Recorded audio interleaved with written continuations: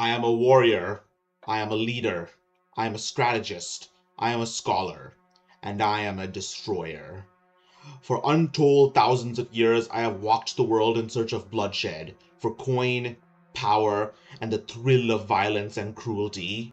As king of Lagash, I fed the defenders of Umma to the vultures. I built a great pyramid for the god king of Kemet. I flooded the streets of Troy with the blood of King Priam's subjects, and I razed the grand city of Hattusa, casting its kings into the rubbish heap of history. I bathed the lands east of the Indus in the blood of the Kauravas. For Assyria, I sacked Egypt and abducted its gods. I dragged the people of Israel in chains because I felt cruel, and then helped them return because I felt generous. I sat under the Bodhi trees with Prince Gautama. I exploited the internal strife of Zhao and conversed with Kongzi and his peers. I left my mark in Tenochtitlan, constructing great stone heads in my likeness, and teaching them the joy of blood sports. I filled chests of gold, selling my sword to the endlessly warring Poli of Hellas. I marched with Alexander and won great battles as his companion, and then dragged the lands he had conquered back to the reign of Chandragupta. I served Baichi, the human butcher, and witnessed him bury the hordes of Zhao alive.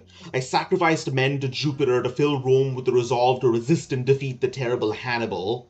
I witnessed the meteoric rise of the greatest empire, sometimes as its enemy, others as its ally. I met the great warrior queens of Lac Viet. I chronicled the trials and tribulations of the Three Kingdoms. I saw that greatest empire fray at the seams, only to knit itself together under the golden visage of Aurelian, devotee of the indomitable sun. I saw the greatest empire enslave its own people to prolong its life, and cling to the word of God as its grasp upon the world slipped away. As a destroyer and pillager, I reminded them that no divine providence could protect them from steel and cruelty. I witnessed the kings east of the Indus impose on their subjects a divine duty, telling them that the gods had decided how they would spend their lives before they were even born. I watched the people of Zhonghua devour themselves again, leaving a permanent mark in their very soul. I tested the greatest empire's faith as I handed them their greatest defeats as the commander of the acolytes of Mecca, and watched them with interest as they overcame my challenges and came together stronger. The old lands of the greatest empire were now split in two, and I was eager to fight for both as my whims decided. I marched with conquerors like Ivar, Knut, Basil, Rurik, and Carolus Magnus. I saw Christendom and the Umma climb over mountains of bodies in search of their identities. I slew Thorfinn's companion with an arrow, driving him away from the world across the sea. I played Christendom and the Umma against each other, taking their precious relics for my collection. I traveled the eastern seas, exploring the bejeweled islands and meeting their hopeful settlers. Then, once the world had descended into enough chaos, I descended to harvest the fruits of mankind's labor, riding with Temujin and Hulegu, and trampling the world under my steeds' hooves, taking their riches and leaving them with desolation and nightmares for years to come. And I watched with glee as the greatest empire that had caused me so much grief in the past died a painful death. I helped humans build terrible weapons of iron, lead, and black powder, and watched with mild interest as these inventions brought endless death to all lands walked by men. I saw them argue over books, thrones, and ways of life, and come to lethal blows when they could not agree. I saw the kings of Iberia lay claim to the world for God and for shining gold and silver, and the empire of Nippon cloister itself in the cacophony of battle cries. Then humanity at last began to change and question tradition, question whether it was worth acceding to the demands of their long-gone ancestors. I conversed with their greatest minds, who imagined mankind becoming something much more, something more free and prosperous. And I was amazed when through that drive for freedom, the greatest empire began again. All the while, I continued to take lives, ripping out the hearts and heads of foes at Delhi, Blenheim, Poltava, Zorndorf, Fontenoy, Assaye, and Yorktown. I watched Europe be bathed in blood as a man of France they called the new Kaiser put his enemies to the sword until he and his men gave out. It had been thousands of years, and still humanity was not eager for peace. The world was ignited by revolutions, and disagreements over thought, borders, new machines, associations of merchants, and souls ended in carnage again and again. The so-called Brother of the Christ brought Zhonghua to its knees. Nippon rose to become a great empire. Great heroes fought to free slaves and serfs of their chains.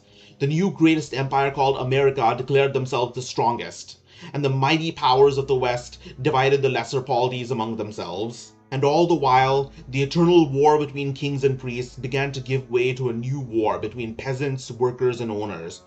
For all my machinations and conquests across history, humanity fell out of my control, and they fell upon each other like frenzied beasts in two wars to end all wars. They killed and killed again until they could kill no more, and I killed along with them, and directed their commanders how to kill even more. And at last, I grew wary. I remembered how an ancient power had given me a mission to save humanity, or at the least forestall their destruction. But now, first I wondered, could humanity be saved? And then, I wondered if they were worth saving. For all my life, I knew nothing but bloodshed. My body is now covered in scars inside and out, and my dreams are haunted by the cries of the people I've butchered. I was addicted to violence, and now the time had come for me to withdraw. Sometimes I would relapse, fighting not as a general but as a soldier. But most of the time, I sat and waited, meditated. The powers that be ravage the planet they live on and pit the weak against each other. Rich, old men commit the vilest deeds in plain daylight. Men, women, boys, and girls grow weak, feeble, and hopeless, with no will to forestall their own destruction. You will not heed my warnings. You are too proud for that. So instead of telling you of the future, I will instead tell you of the past, of the mistakes your ancestors made so that you may not repeat them, of the worst of your predecessors so you may not become like them, but also the greatest of your heroes and the greatest triumphs of your race itself, so that maybe you can strive for greatness once again. My name is Zosimus Redebut, and the time has come for me to lay down my arms and teach the youths of this world about the people I have met, the lessons I've learned, and the civilizations I have seen rise and fall.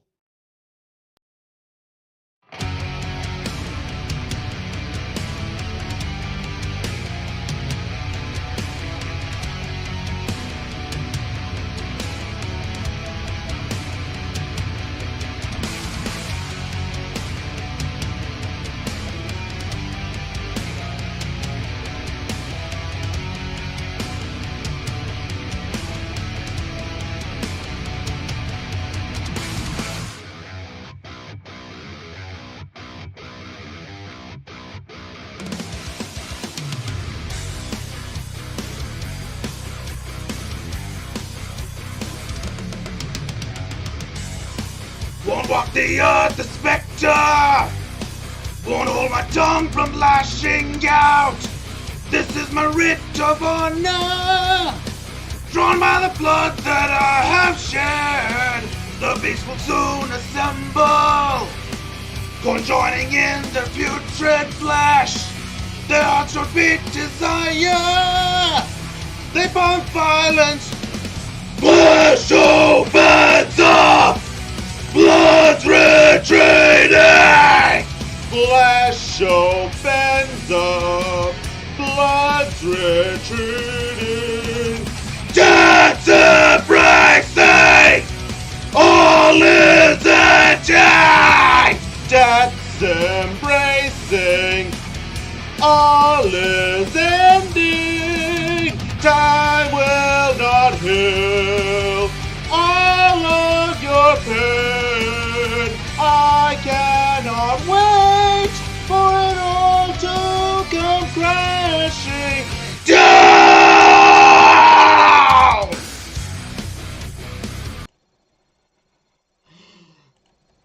Alright, background music. I am complete! Welcome, creatures of all ages. I am Zosimus Redebut. And for thousands of years, I have lived among you and fought in your battles. I have witnessed your greatest triumphs and tragedies, and your greatest heroes and villains have sought my counsel. From the deserts of Bactria to the mires of Germania, I have spilled blood. Sometimes as a mighty general, other times as a mere soldier. But now the time has come for me to lay down my arms and teach the youths of this world about the people I have met, the lessons I've learned, and the civilizations I've seen rise and fall. My friends, my champions, Cara Malone, Amanda Splatz, Gwyn Lemon, we go to war.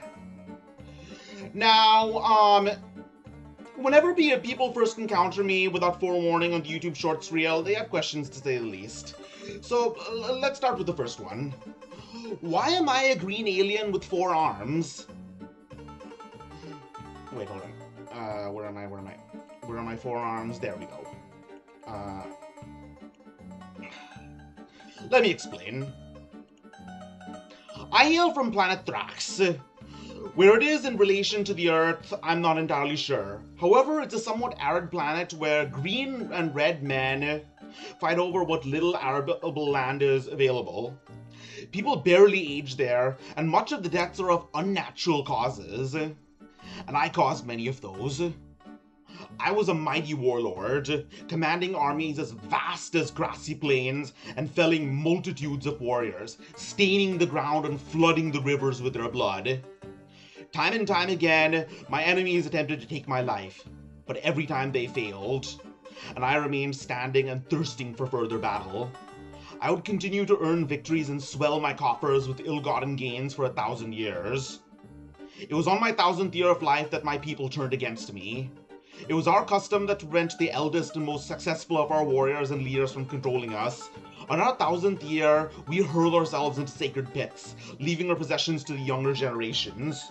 However, in my selfishness, I rejected this custom, wanting to go out on further adventures and win further conquests. As such, my friends and foes alike banded together and vowed to put me to death. They chased me into the desert, knowing that I was alone now and could do nothing but run. And at last, they cornered me, at which point I fell into a tiny hole just large enough to hold me with my arms outstretched. Accepting my end, I fell for what seemed like an eternity, but then I was rescued. I found myself face to face with a young girl with golden hair, who told me that she had work for me. She told me that the creator of this world, called Earth, intended to judge his people, called humans, and would give them their final rewards and punishments once 7 seals were opened. As a warrior who did not age, she hopes that I could watch over humanity and prevent mankind from making the mistakes necessary to open those seals, at least for as long as I could. She believed that her maker was good, and that we could not escape the ultimate fate he had planned. Nevertheless, though, she loved mankind, and wanted them to have as much time as they needed to make the right choices. As a warlord of the faraway planet of Thrax, I had little interest in the workings of this strange new world and their god. Nevertheless, the angelic being had saved my life, and so I was honor-bound to serve her. I agreed to delay humanity's final judgment for as long as I could, and when I could do no more, I would find a way to return to my home world. The girl gave me the power to take the form of fallen warriors and absorb their memories, as well as insert myself into the womb of noble women to be born as their children, thus blending into the world of mortal men even as an immortal alien. Many of the most righteous and wicked men in history were actually me in disguise. Sometimes I took my time to be raised as a member of human society. Other times, when I felt particularly heartless, I just killed the original and took their place. And other times, I came across warriors who met heroic ends and decided to carry on their legacy. Here's me as, on the right, Lucius Cornelius Lentulus Cardinus, a Roman senator who was elected consul, censor, and finally Pontifex Maximus, the last of which I held during the war with Hannibal. And on the left is me as Vitashoka, brother of the Indian Emperor Ashoka, who accompanied him in his bloody conquest of Kalinga. So, what's my channel about? Well, first and foremost, it's about stories, both true and fictitious. So, why do I juxtapose stories both true and false? Well, I'm of the opinion that you can never truly prove what's in the past. Like, we know the Earth is of over 4 billion years old because of radiocarbon dating, the ratio of which radiocarbon has decayed into radioactive carbon dioxide and matter. But for all we know, if young Earth creationists are telling the truth, an intelligent designer could have put matter there with that ratio to begin with. One of my favorite book series is Haruhi Suzumiya, and one of the points is that it's possible that Haruhi could have unconsciously used her godlike powers to destroy and recreate the world multiple times, and nobody in the current world knows because they're created with false memories. And nobody in the current world But more than likely, most of the events in historical consensus did happen, largely not only because there's material evidence, but also that there are believable reasons for why they happened. Those who do not know history are destined to repeat it. And if we know exactly why the greatest tragedies happened, we can prevent them from happening again. As for fiction, fiction often reflects reality, including the viewpoints of its writers. You can understand mass psychology and sociology by studying history, but if you want to look deep into the minds of the people who lived and live it, fiction is a good place to start. In a few of my previous videos, I've actually talked about the works of Osamu Tezuka, the godfather of manga, and he was a fascinating person. As someone who grew up in the wake of Japan's occupation by the United States and the growing bond between the two countries, he essentially translated American art into a uniquely Japanese medium. He did this through works heavily influenced by his beliefs in philosophy and spirituality, all inundated by his devout Buddhism. So yeah, I am essentially a lore VTuber. But don't worry, I'll let you know if something's supposed to be taken as literal truth or not. So let's talk about my likes and dislikes. First of all, I am an absolute metalhead. My favorites currently are Eternal Champion, Imperial Circus of Dead Decadence, Julica, and Visigoth. I especially like the new wave of traditional heavy metal. I'm sort of trying to practice music on my own, but I can't play any traditional metal instruments like the electric guitar, but I played the piano on and off since I was 5, and I'm slowly trying to get back into it and maybe start playing the electric keyboard. I'm also trying to teach myself to sing. Also, I can do like a 5 or 6 second long false chord scream. Alright, let's do this.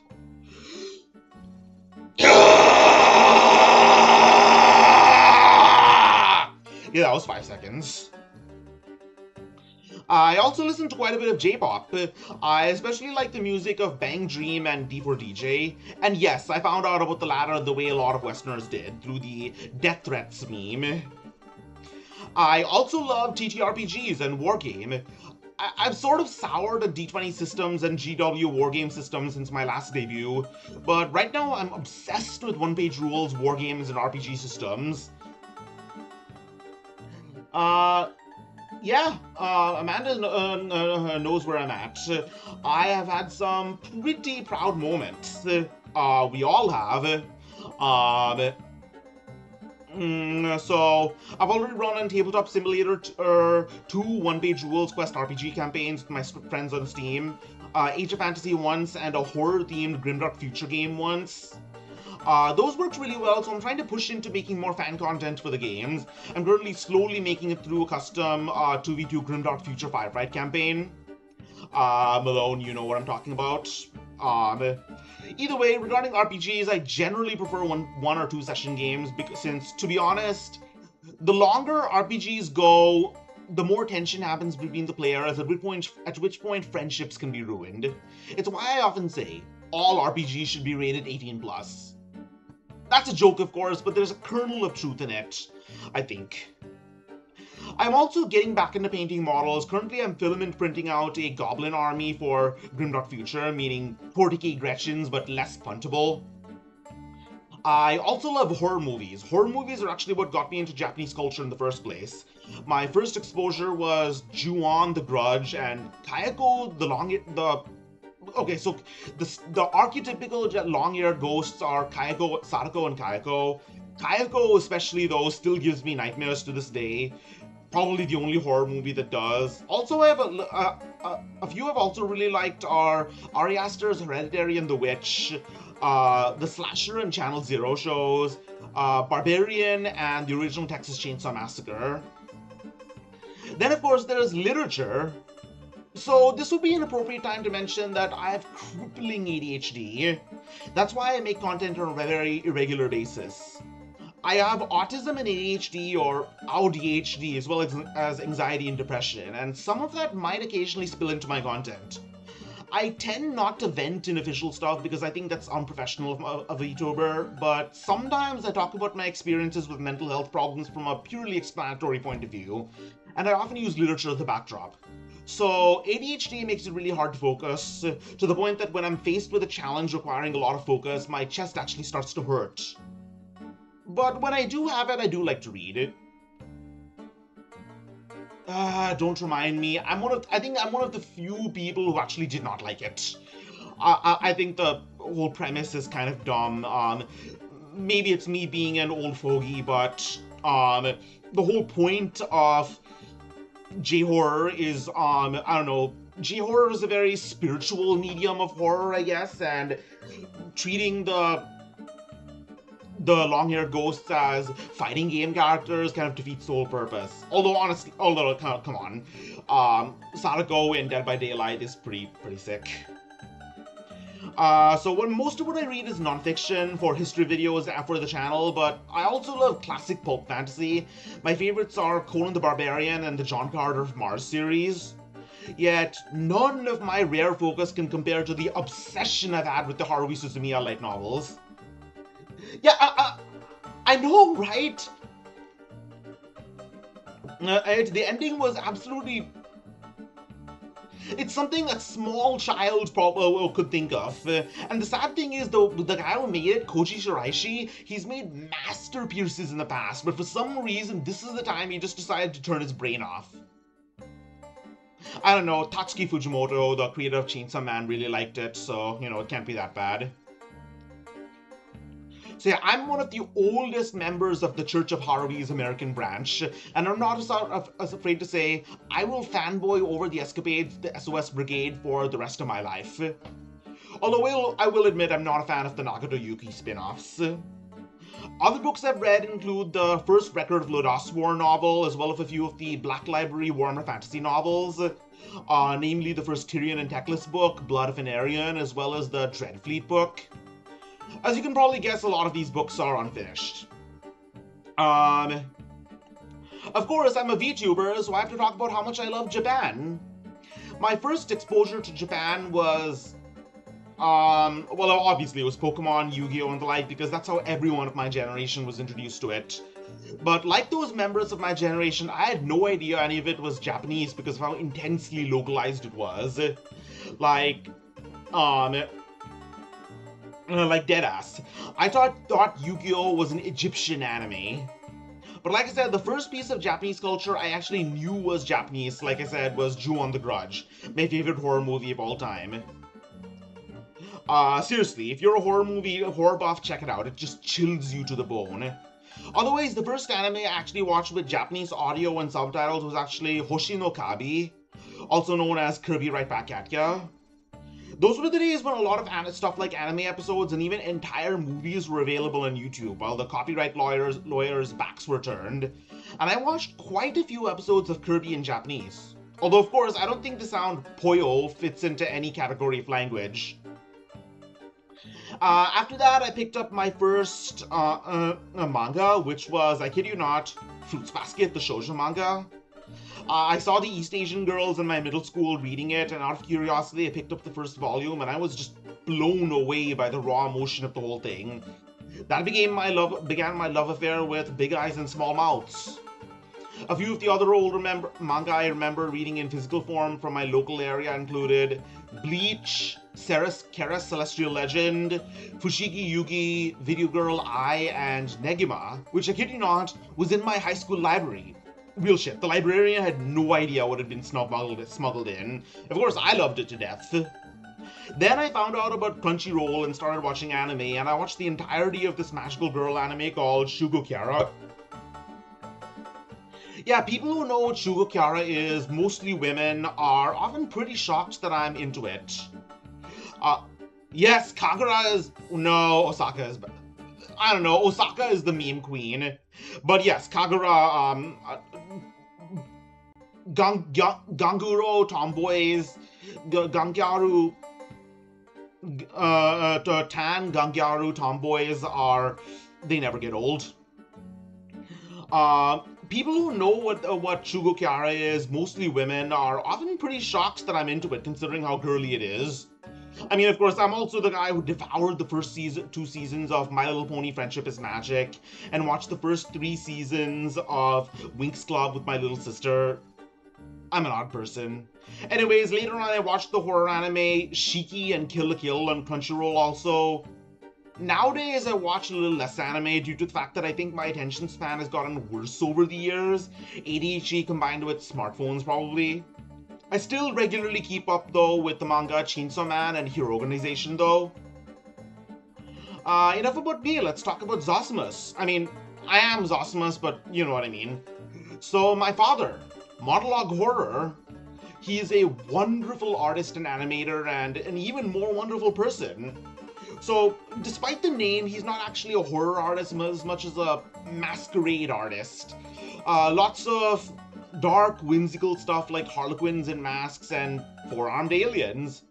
But he made my model and I love it to death. As you can see, we have my book, my prized book, Historia Nova, New History. Zosimus is a timeless classic.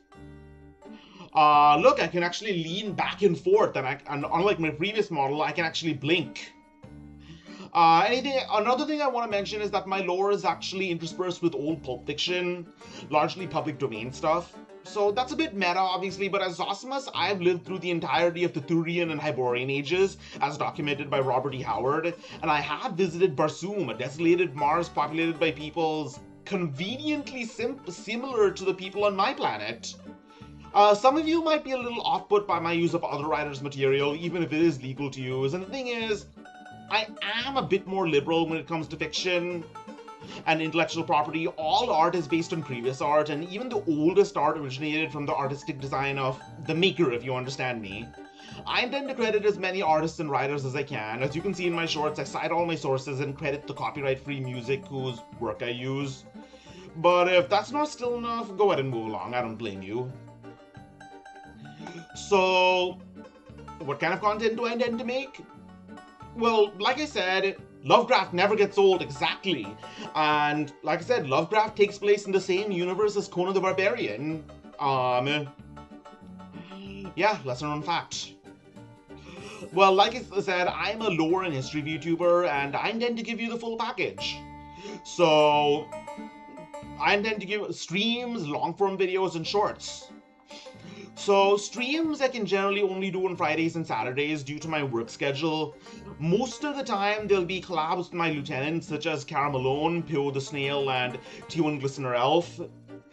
But, yeah, it's true, not a lot of people tend to credit sources. I mean, I think I've learned to do it for two things. One is the fact that I put a little too much effort in college in writing academic reports, because I'm an economics major, and my economics writing professor drilled it into my head that I have to cite sources or else it's plagiarism. In fact, there's something called self-plagiarism, which is when you reference a previous paper you wrote without citing it. Apparently that's the thing, self-plagiarism.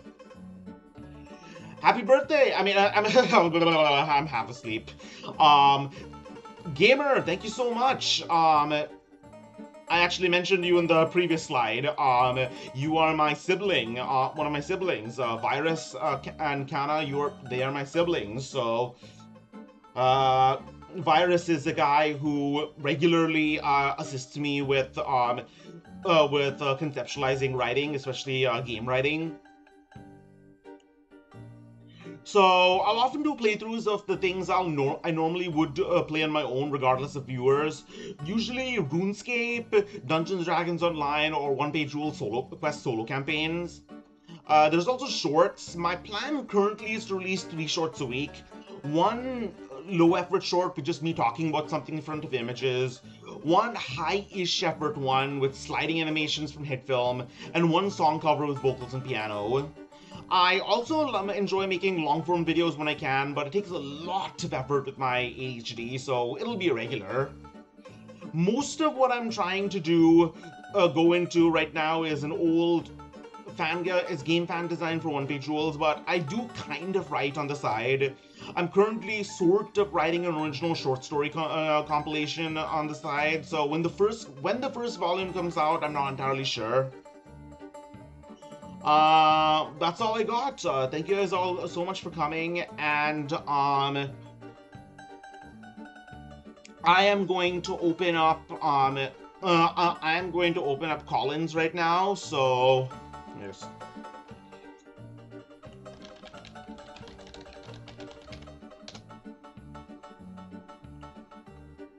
All right. So let's turn off the once again, thank you guys all so much for coming. It just means so much that you're here on my birthday. In case I haven't made clear, it is my birthday, and I am 30. My body is 30. Amanda, there you are. Wait, is Fugi working? Is Fugi? Hold on. Let me see if Fugi is working. Browser Fugi.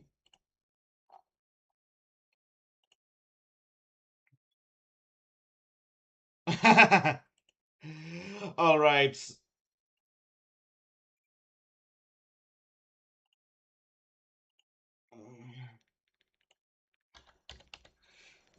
I mean, it's not like I said, it's not a comeback. It's a renewal. I got a new model, new decade of my life.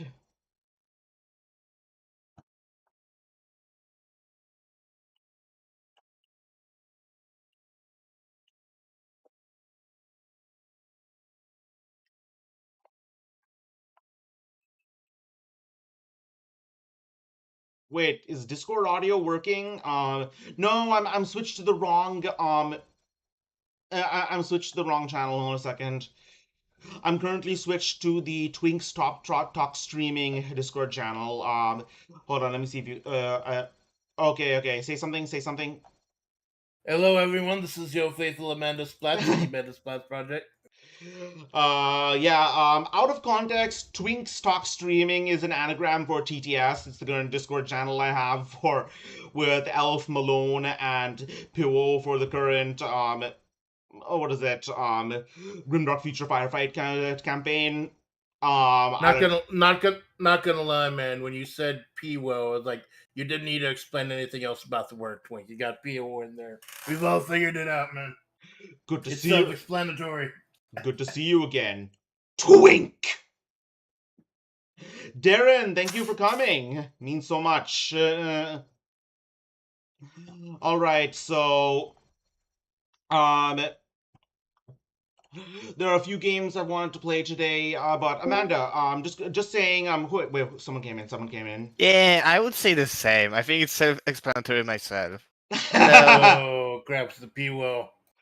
Hello. Why is Fugi not working? I don't know. Fugi is Try weird, man. Like over the last couple months, it's been screwing up quite a try bit. loading it Okay, and then decide. You might just have to like delete the source you were using and then just repost it. It's okay. weird, Not, man.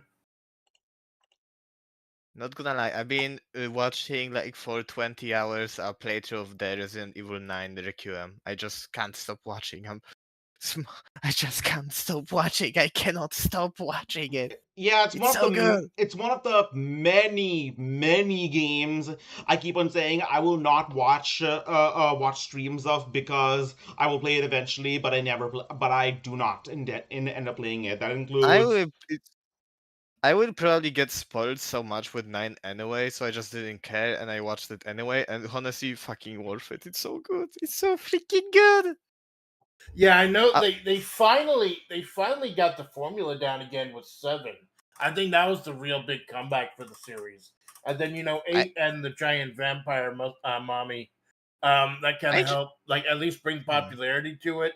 It's just they figured it out. They figured out just how much of the old Resident Evil to bring in and how much of the new mechanics to bring in too.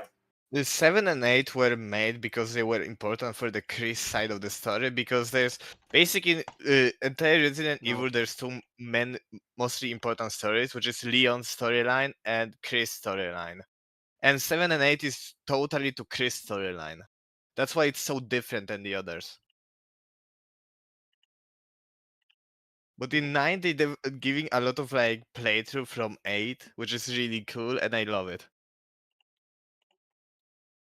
It's really I'm just fun. I'm just watching Zos's face right now. I've got the video. Yeah, the new muted. model looks nice. I'm surprised by how like I know with like it's not the traditional human head or anything, so I didn't know how it would look in like full animation. I'm very impressed. It looks really good So, in of action. course. Happy birthday, Zosimus. Happy Yeah, man. birthday. Thank you guys so much. Uh, so yeah, it is my 30th year. Apparently, there's a name for people like me in Japan, which is wizard. Cool. Uh, There's a name for people like me in Japan that is baka. oh. Uh, I I know. Do you want to explain why wizard? What does it mean? It means I'm a virgin at the age of 30. Yeah, I mean, watch it's out for those okay. nosebleeds, man. You Because know, isn't that the whole meme with the nosebleed in Japan? That's like a virgin touching a boob or something. I don't know. dinosaur from Temu. Wait, who's a dinosaur from Temu? Am I a dinosaur from Temu? I don't see it, man.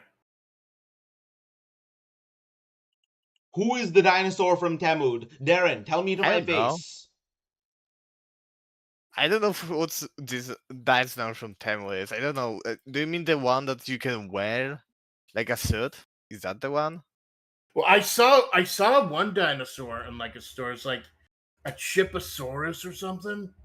I'll see if I can find it again. It's like a Stegosaurus but without a back, and it's got ridges on the side, and you put like tortilla chips in it, and it looks like an actual full Stegosaurus, and it just like it makes snack time magical. Apparently, shit, I should buy myself a Chiposaurus. But yeah, I was going on about your intro, and oh god, I can see all the Oh, energy. I got Fogy working. Hell yeah! So Happy apparently, to hear it, man. okay. So apparently, there's something called custom sources, which is like legacy, and Yeah, the immediate one that's there is legacy. Oh yeah, my because god. like it's when they updated it recently, like maybe a month or so ago. You had to change what the group thing is. They just put group legacy because I think that's the only way to put a group. Otherwise, you just have to manually add each person that's in the chat. It's really annoying. I mean, you can't complain too much because it's free, and it does work so well with OBS. But really, step your game up, man.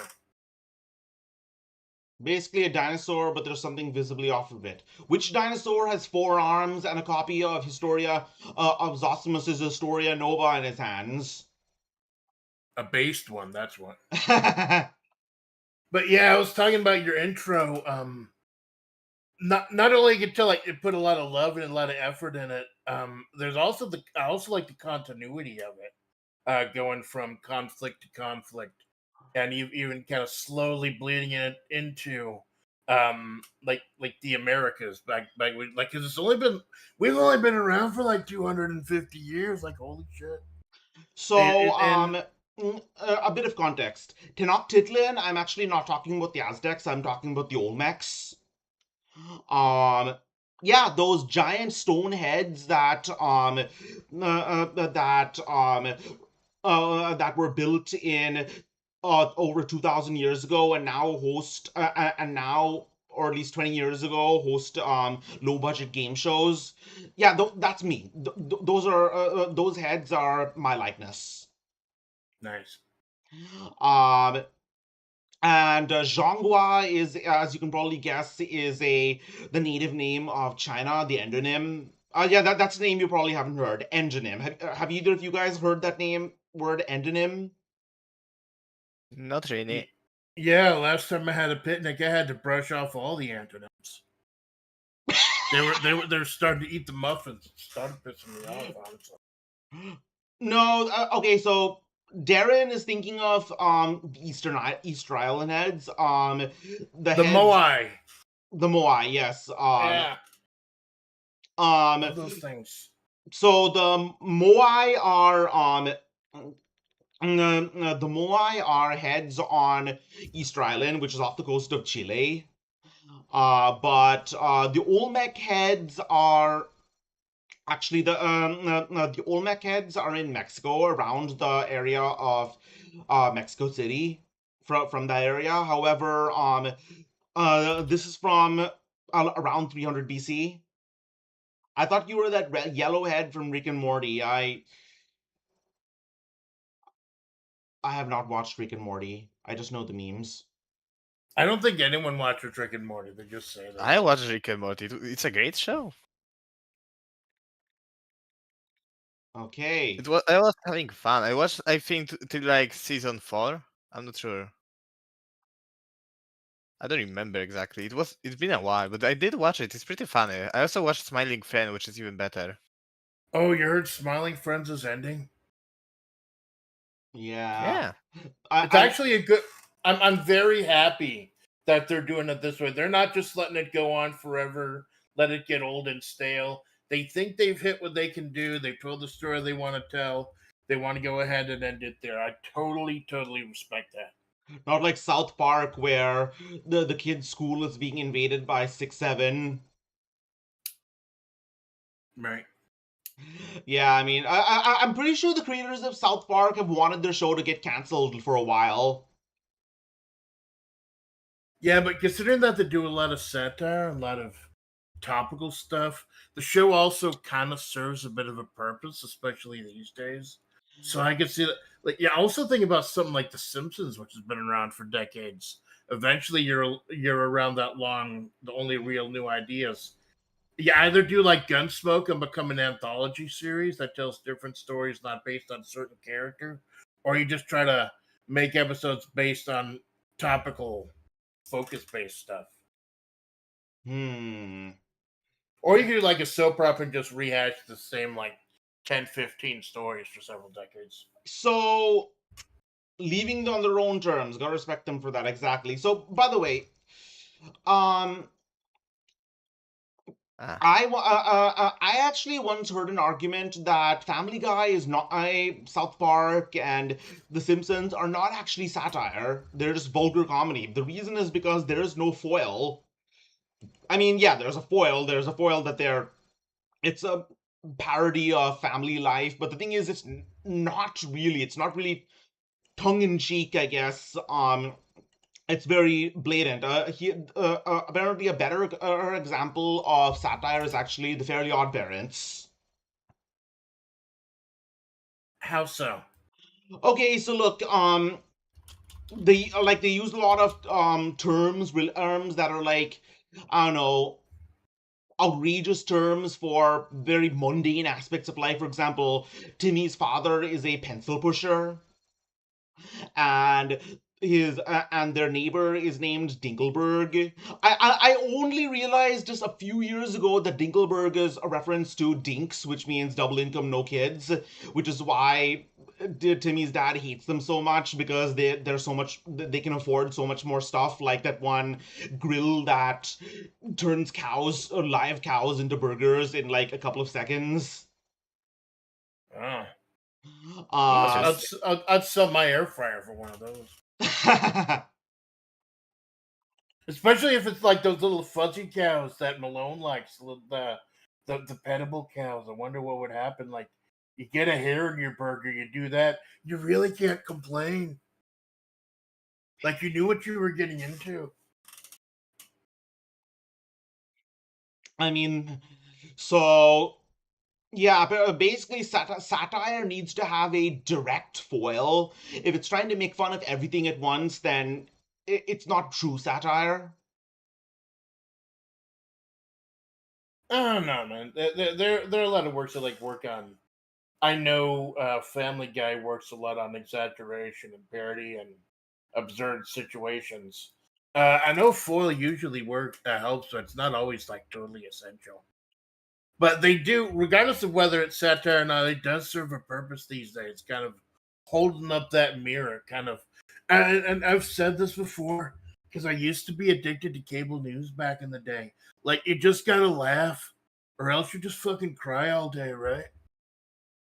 Yeah, a lot of these old old like news channels um and like old like documentary videos keep popping up for the most absurd reasons. For example, a few years ago, the video Red-tailed hawks of Utah became viral again, and like people in the comments are like, "I'm going fucking insane."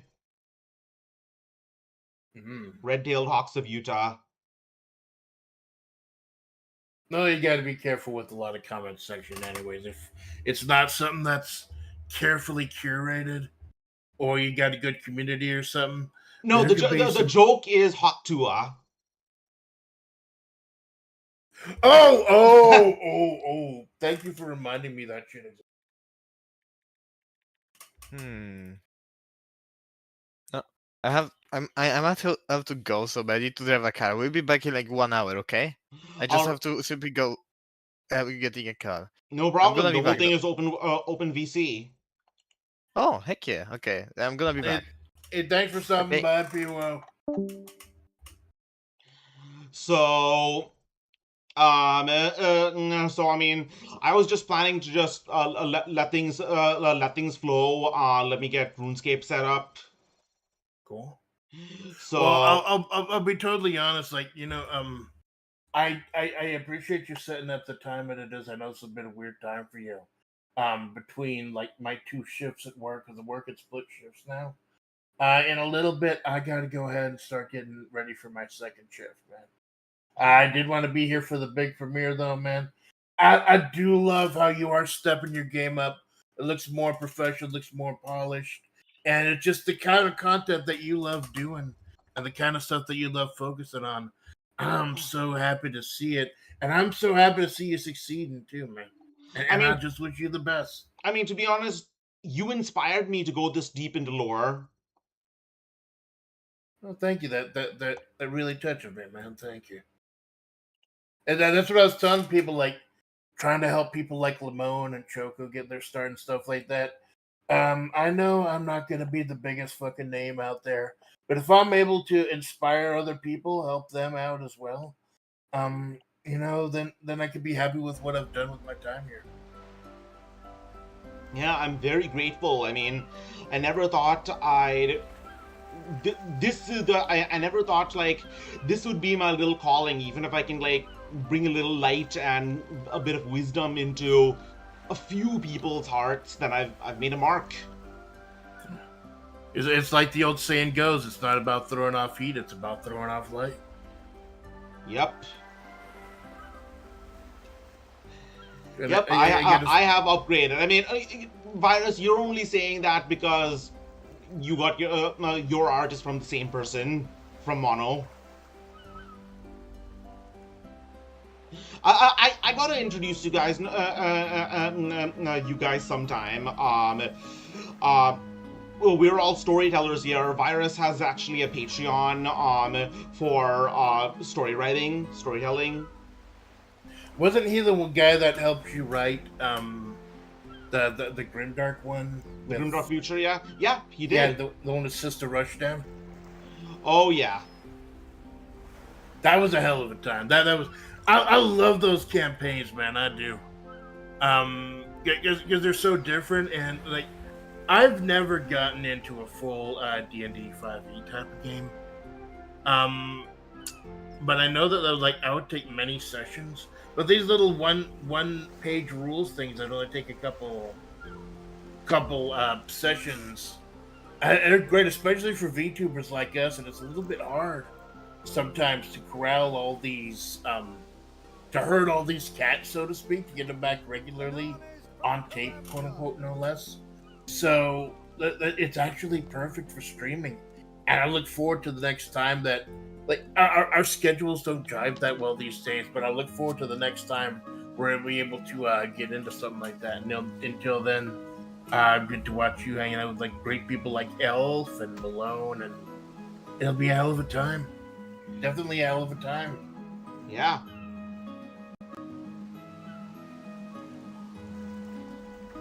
Man, I gotta start getting ready for my second shift. Hopefully, get some groceries in.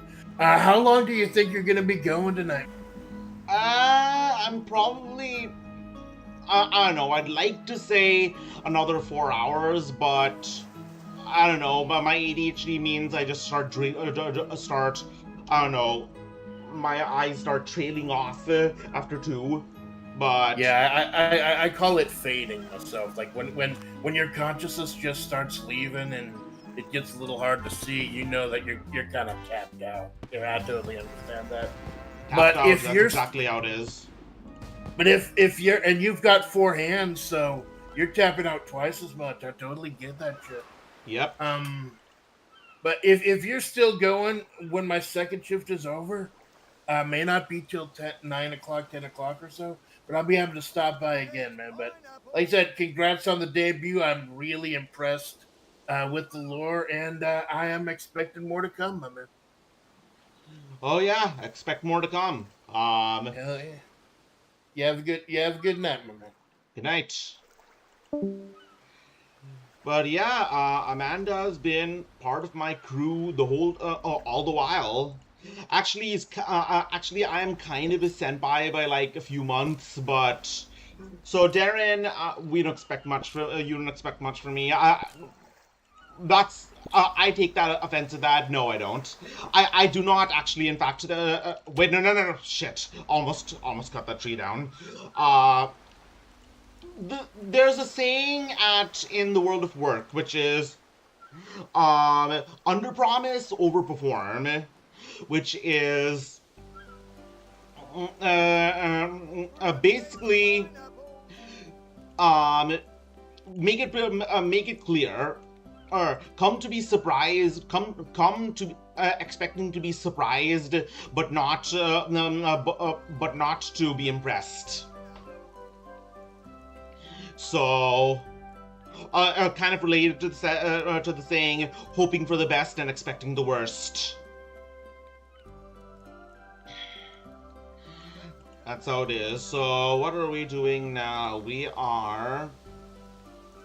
I am probably going to achievement hunt in RuneScape for another hour and a half. Like I said, VC is still open, and then after that, I'm going to switch to a game that Malone has been telling me to play for a while, and I actually tried it out last night, and it's quite fun, which is Tabletop Tavern. It's like...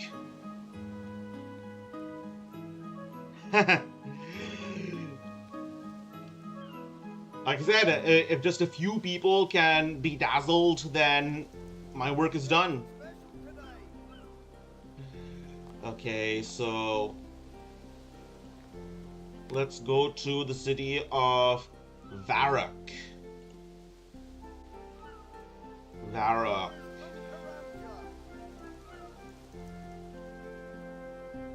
Okay, so let's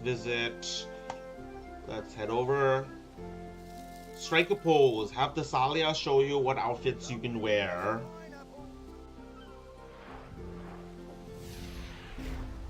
Let's see if she has any seifuku. I think I fancy myself. I fancy myself in a good sailor suit. Yeah, that's totally what seifuku usually means. Thessalia, she should be right here.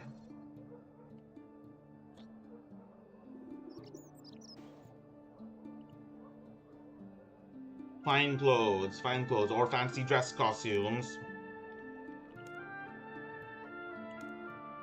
A nice, well, I have a number of fine pieces of clothing on sale, or, if you prefer, I can offer you an exclusive total makeover. I just like to buy some clothes. Huh? Wait, hold on a second. Have Thessalia show you what outfits you can wear. Oh. Oh!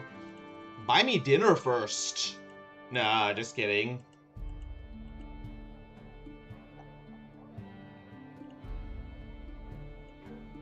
Oh, everything? Alright. Even my holy symbol? I'll have you know, I am a god-fearing alien. I wrote my treatise on how great the Christ is in Historia Nova, all the way in All the way in the reign of Emperor Anastasius. That's a joke. The Historian Nova does not have nice things to say about the Christ. Alright, change clothes. Let's see.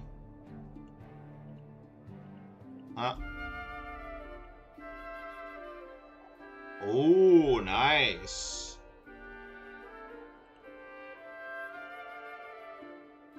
Meh.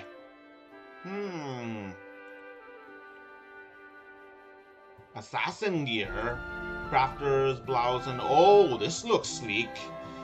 Let's see. Athlete's tabard, nettle weave, lumberers, wolf fur vest, smithers. Alright, who is it? Hello! Malone! My How you doing? My right hand man. Happy birthday! Thank you so much. How you doing? I am good as new. I have a new model. I have a new decade of my life. So, Malone, I'm actually planning to play Tabletop Tavern on screen soon. Okay. The first virus just called you Melon. A lot of people call me Melon. With 2 L's. That's the name of the university, actually. Carnegie Mellon University. Okay. So, let's see, what should I color them? Green is best, but red uns go faster.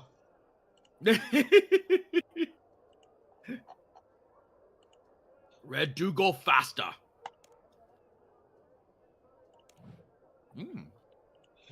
Alright, so what as I was saying about, you are the age of Pokemon. What do you know? Okay. Pokemon is actually 30 years old. Yep, it's old. Pokemon is like legit old. I'm trying to think like when everything would have been. Because I remember playing Pokemon like ages ago. The first Pokemon I ever played was Pokemon Ruby. I think I have vague memories of Pokemon Red. And I played some other Pokemons. I can't remember which. And then when I really started get like my last like love was Pokemon Black and White and Black and White 2. Because those were just like story-wise, it was good, and the Pokemon were actually kind of cute. Even the legendary one was really cute. Oh yeah, that's the one with Pansear and Panpour, right? Mm-hmm. That's the one where they finally start talking about, wait, do people actually eat Pokemon?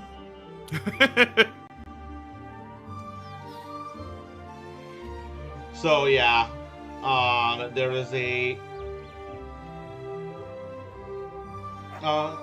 okay, so, as I was saying about Tabletop Tavern... Okay.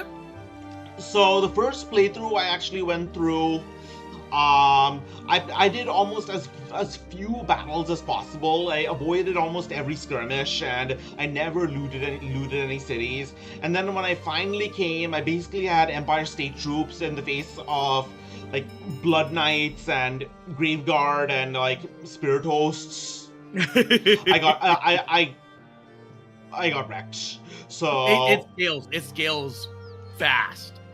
So you have to like know, like every single time I've always challenged battles, but depending on the faction, you may want to sack the city instead of entering the city. So it depends on how much gold you have. I see. Because if you have gold, if you have a lot of gold, then going into the city is actually more beneficial because then you can start Oh, Hype look, stuff. look what Darren is saying. Slowpoke tails are edible. Slowpoke tails are indeed edible. Same thing with Magikarp. What was it? Magikarp sashimi? They had a picture. Oh my god! I wish I could remember that picture. It was from the anime, and they showed Magikarp. On the what's it called? And it was all sprawled out.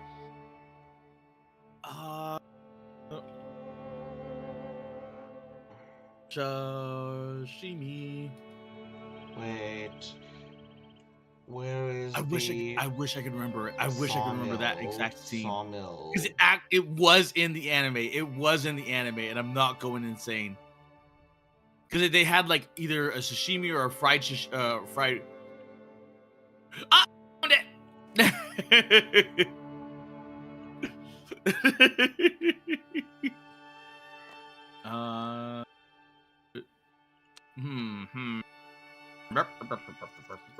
There you go.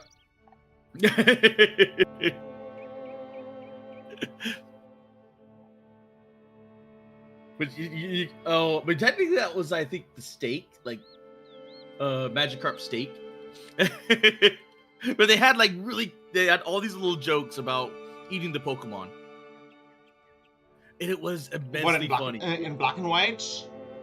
Oh no, not just in black and white, but just in the anime in general. Oh. There was a whole bunch of jokes about eating the Pokemon, and then it became in like black and white, where, because I think black and white was where they had the environmentalist group, or the Pokemon, the Pokemon version of the environmentalist. Yeah, basically they want to liberate Pokemon. Yes, and they had a really good villain called N, and he was like one of the most interesting Pokemon villains I've ever seen, because his motives were technically good, but he was going about it all the wrong ways. And then that led him down a complete wrong path, and then he ended up becoming a villain.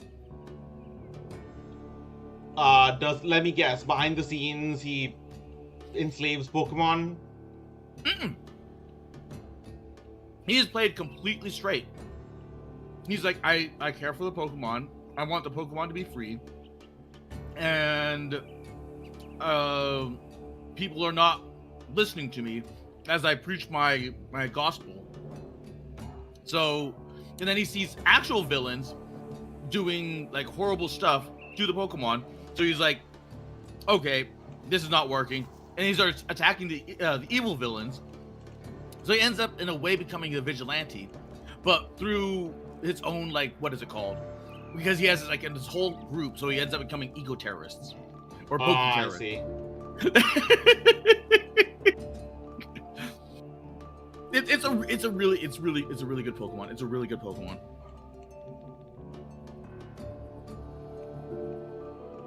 Pokemon Black and White. There's also a Black and White 2, right? Mm-hmm. So what is it, like the only is it the only Pokemon so far with an actual 2? Yes. With a sequel? Yes, it's the only Pokemon with a sequel. So much so that I wish they would continue the story, or at least make a remake of it, because it was that good. But they're just not. Because as popular as it was, I think they're afraid of it. It's like one of those weird things where you end up with like these the Japanese companies that get afraid of their own success. So like, we know we have something good. Should we make more of it? No, go away. And they're like, but people are demanding it. Like, no, go away. I mean, for a lot of these, the way I see it is, for a lot of these companies, they're afraid of releasing like the best thing they've ever done, because that means that they have to surpass it. Mm-hmm. Well, I mean, technically, you don't even have to surpass it. You just have to get you could just like create like an art piece and then just take a break. Like, okay, this is not about like some world-ending event. This is not about this or that. This is about a tournament, just a simple tournament, and it's just like carefree, happy-go-lucky fun. And then, you get returned back not just in terms of. I'm talking about as business in terms of cultural impact. Like, I mean, I'm just thinking about Persona 5. Like, I don't know. Persona 3 is generally accepted to be the best, the most I don't know, nuanced and like most like spiritual one, I guess. Have you played Persona? I played Persona 5. You have no. Oh my God, Joss, you would love Persona 3. You like unironically, you would love Persona 3. It deals with Tartarus and Greek, like ancient Greek mythology and everything like that. I don't know. I don't know. I don't like. I've seen gameplay of it, and I don't like it. I don't like Tartarus. I don't like the dungeon. Oh, true. Believe it or not, I do not like traditional roguelikes. I don't like repetitive gameplay. Oh, okay. That's why I like Persona 5 so much. The dungeons were just amazing. Yeah, because it was a new dungeon per villain or per shadow entity that they were going after, so it became new every single time. But yeah, Persona 5 had like an amazing impact, partially because there was like a big gap between Persona Persona 4 and 5, like to the point that Persona 4 was made for the PS2 and Persona 5 was out for the PS4. They announced the starters for Wind and Waves. Oh yeah, that's right. That was yes, they did. That was like in Elf's server. I was like, so instead of Torchic and Trico, we have Treechick and Mudgo. I honestly have no freaking clue. Even YouTube, like if you look at the top corner of YouTube, it has Pokemon. It has Pokemon in it. It's like meet the Pokemon community. You didn't notice, did you? No, I didn't. I'm not in the Pokemon circuit. But what I was saying is Persona 5 was like digestible, I guess. Like I said, Persona 3 is a lot more subtle. Mono, you're here. We're doing an open VC right now. I don't know if you can get in. Or maybe you want to wait until Malone leaves. Sorry, no offense. Is that my cue? Is that my cue to go? No. I was planning to do like a sort of after party of for the people who missed it because they have work at this time. Okay. On Sunday. So, but let me just introduce Mono. Okay. Mono is my dad, and Virus's dad too. Yeah, he made this model. Nice. Put a lot of work into it, like heart and soul. And the thing is, Mono is one of those unusual artists who who's actually willing to try new things. Learn new things, like the thing is, the typical style I would generally expect for my character would be either 80s fantasy or anime, but Mono draws cartoons. So, but somehow he pulled it off. Looks good. He also drew, like I said, he drew Virus's model. Let me see if I can bring it up.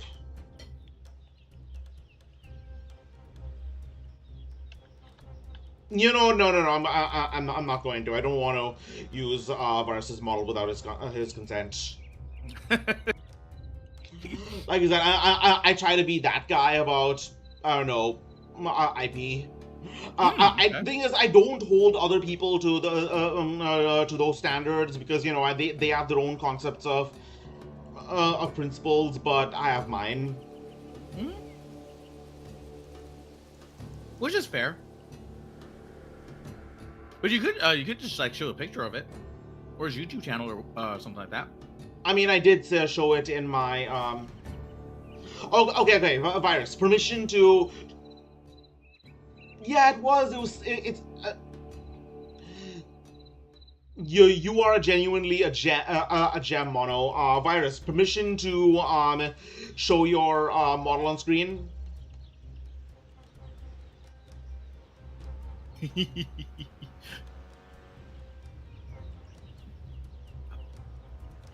Okay, how do I get to these zombies? Fetid zombies. Oh, I see they're in the wilderness, so I actually need to. If I actually go into that area, I could actually get PK'd. Ah. I don't know. RuneScape 3 is not like that. There isn't really a huge PK scene. PKing scene in it. You can like walk from one end of the wilderness to the other, and generally people won't be a dick. It's not like an old school RuneScape where it really is every man for himself. I am still completely unfamiliar with RuneScape. It is like an anathema to me. I don't think that's the word you're looking for. You're looking for enigma, not anathema. What's the anathema? Anathema is like, I don't know, the complete opposite of you. It's something that it's like oil and water. Oh, okay. So enigma is a mystery. Yeah. Okay, so Virus has given his consent. You don't need to. He doesn't want. He doesn't want people on stream to hear his voice, but he's okay with seeing his model. So, Virus.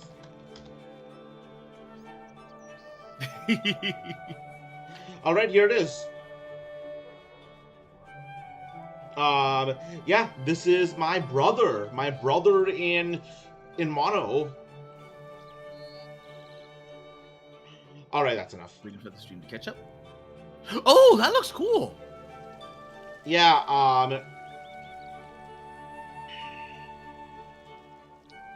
All right. So, but what I was saying about, I keep on getting sidetracked on like tangents, but what I was saying about Persona is that it had such a huge cultural impact. I don't know what it is. I think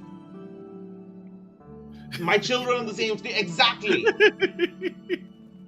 What I was saying is, Persona 5 had like, I don't know if it was the fan service or it was the, I don't know. So, like I said, I often refer to it as spiritual. Persona 3 is spiritual, but Persona 4 is a very what is it? Persona 5 is very, like, I don't know, postmodern, I guess. Postmodern style. It's very much an emblem of modernity and the ennui of being in being trapped in the concrete jungle of the modern city. Yeah. Well, yes and no, because that was like Persona 3 as well, except it gave a lot more. Persona 3 was a darker setting, to say the least. So it was more constraining and constricting versus Persona 5's more open. So it was like, okay, this is like, if Persona 3 was like the negatives of city living and the constraints of like the the Persona 3 wanted to make you feel trapped, versus Persona 5 wanted to make you feel open. I mean, yeah, there was definitely a sense of freedom. I mean, it was a good. The thing is, Persona 3 was very much basically saying the life is structured in a way that ultimately sucks the life out of people unless they wish for death. Yes, until they wish for death. It was kind of like a inversion of Japanese society as well. But I don't know. I think the reason Persona 5 was so popular is that Persona 5 actually struck a balance in what life really is like, and just the banality of modern Japan versus what life should be like. With Persona 5, I have a feeling it was more about timing. Because it took a while for them to get down to Persona 5, so much so that because I am a big freaking Atlas fan, so I played pretty much all the Personas. Love Persona 3, but if I were to recommend a Persona, it was like Persona 4. Persona 4 is like really cute, really humble. It's very entry level, I guess. Yes, very entry level. It's less. You don't have to grind nearly as much as in 3, and technically you don't even have to grind that much as in 5 either. So it's just it gives you that almost like small town. It hits that like small town vibe, where you're not nearly as constrained on the time for the calendar reaching up to its point versus all the other ones. I mean, that's what I keep saying about commentary, because the social commentary of Persona 3 is very neutral because it has a very much more universal themes. But 4 is, I guess, I don't know. Japan is one of the most urbanized countries in the world. The rural era of Kimi no Irumachi or JoJo Part 4 doesn't really exist anymore. It's to the point. Right. It's to the point where countries. Towns are offering like $10,000 to move there. That's kind of that comes with caveats. Yeah, but the thing is, the reason they're offering so much is because Japanese people do not want to move there. Yeah. Move there. So basically, Persona 4, if Persona 3 reflects the banality of reality, Persona 4 is more idealistic. And yeah, we'll say it's more idealistic. those torpedoes. Hello, Choco. Hold on a second. Oh, where is the Fugi? Booba. It's like that. It's like that. Thank you so much, Choco.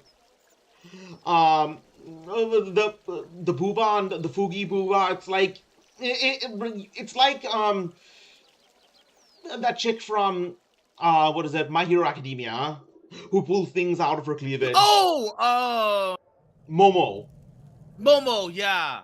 For some reason, all I could think was Ochiko, but I'm like that was not her. That was not her.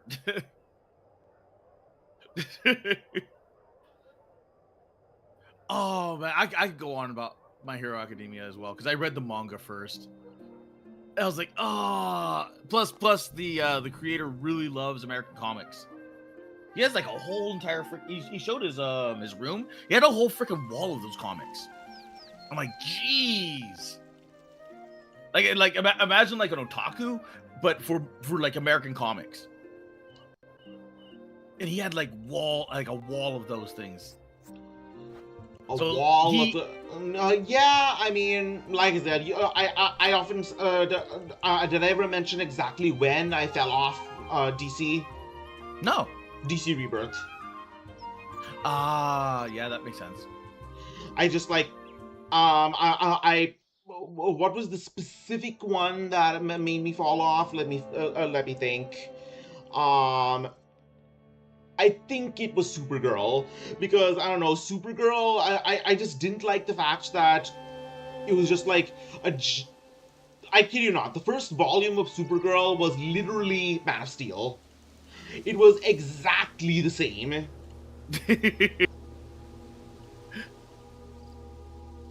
For me, it was after they started ruining the Runaways, because I liked the Runaways because it explored like the less known, like what happens with teens, with superpowers that are blah blah blah. But what happens if they're like also infiltrated by a villain? Like they're children of supervillains. And like I like it was, the Runaways was so good. The Runaways in the very beginning was so good, and the middle was kind of but it was still decent enough. And then it just started spiraling. It started spiraling. I was like, I can't anymore. But yeah, I mean, I was just so dissatisfied with, I don't know. I feel like, I genuinely feel like, no, like DC Rebirth was slowly trying to appeal more and more to casual comic readers. Yeah, that's where they started losing a lot of their audience, and they started losing the rest of the audience from like just modern day time, as more and more people started going more towards manga Right. and anime. And now we're in. There was oh my god, I can't remember the stream, but Choco talked about it, and it was him going over the art style of oh my god, I forgot his name, but it was Breakers. It was and then he went into another artist, which was a pencil drawn, like nothing but pencil and line work, and that was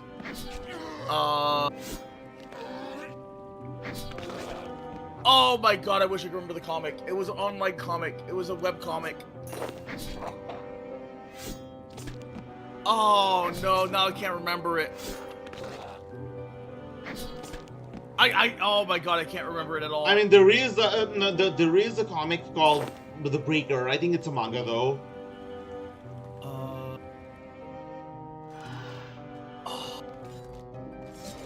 That one's gonna bug me because I know it. It's like right there, because empowered. I haven't heard of that one. It's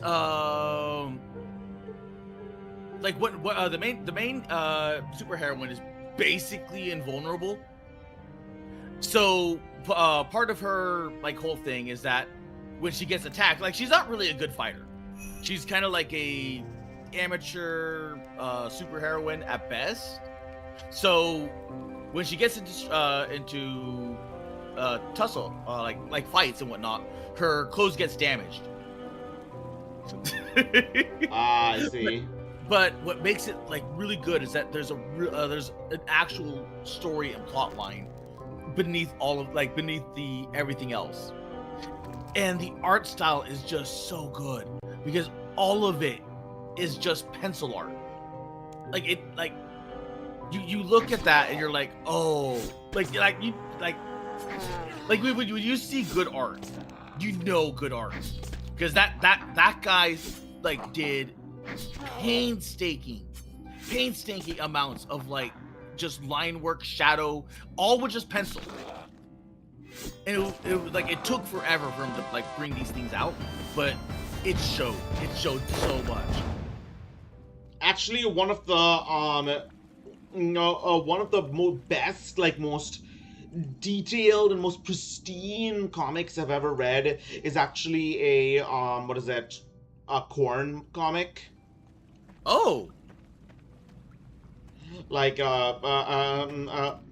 off-brand comic. It's called Druna. It's made by an Italian artist in the 1970s. It's I don't know, it's a surreal sci-fi comic about a lady named Druna who wanders through like a post-apocalyptic, desolate sci-fi world. Okay. So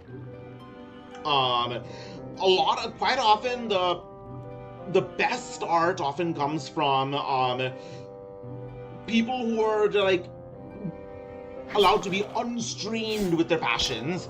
And yes, I'm going to be real. Gooning produces some of the best art. Yes, it does. It does. I believe it's Nurgle, Earl, the vocalist of Behemoth, who said, "Making music requires thinking with your dick." Kinda, yeah, more or less. Because you're trying to think of like what, like even when like you're thinking of like just like let's put it like that. Like let's put it like reduce it down to its like most base form, which is like club music. You have to have beats that go boom, boom, boom, boom, boom, boom, because you know VIP people are going at it, and they go at it to the beat. Yeah. So yeah, I definitely know. And when it comes to art, like it's something I told Kiwo, because he was like, never, I would never become an H artist. I'm like, Kiwo, you will eventually draw nude art. You will eventually draw the poor art. He's like, I would never. And I'm like,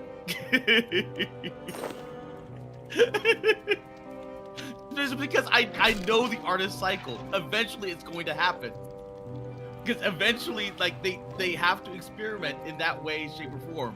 Maybe not necessarily with their character, but with just like an alternative style. But yeah, Because gooning is essentially the creation comes from gooning. Yeah. The sun god Ra gooned the world into existence.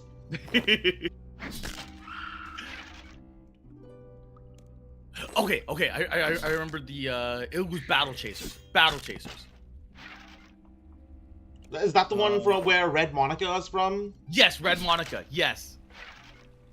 And it's really good. That one's also really good. It's a really good because that one blended Western comic style, like more specifically around like the Latino style and manga. And it was really good. It's so good. Yeah, the Latin style of art. I mean, you know, Red Sonja's chainmail bikini was originally conceptualized by a Spanish artist. Oh, that makes sense. It's yeah, Latin culture is very unrestrained. It's why I often say that for all the crap we give Christians for being prudish, the basis of romantic love, of the concept of romantic love, came from from the Western tradition. To the point where someone actually said the Middle Ages has produced two of the worst inventions of mankind: romantic love and gunpowder.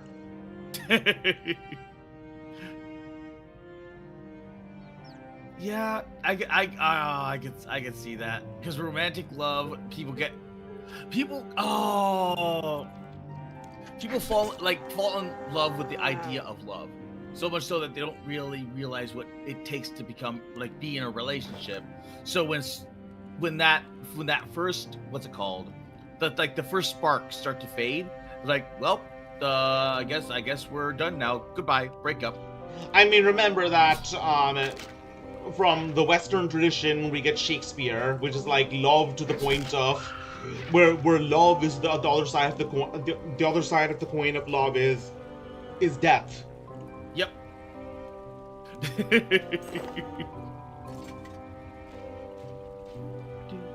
I mean, one thing Western Christians have always been good at is subverting it. Okay. Because despite the fact that Christianity forbids suicide, we get some of the most grotesque and most dramatic examples of suicide coming from Shakespeare. Oh, okay, that's what you meant. I'm allowed to talk about this because it's literature. I'm allowed to talk about this on stream because it's literature. Well, I've noticed something, that YouTube is starting to revert back to its old ways, slowly but surely. Because I've noticed that with elf streams, is that more of elf streams where cursing has been going on, they're not being demonetized. They should be demonetized, but they're not being demonetized anymore. So they're starting to release a lot of the constrictions that once were, which is actually a good thing. It's such a good thing because it means that they're dialing everything back from everything else. Yeah, I mean, I think I feel like a lot of Google has to sort of win back the public's favor after, as they start to embrace AI, get the public to buy into it. Because AI makes the AI makes stereotypical corporal behaviors worse. Yeah. So if they want the public to buy into their use of AI, they need to stop acting like a corpo. Ah, okay.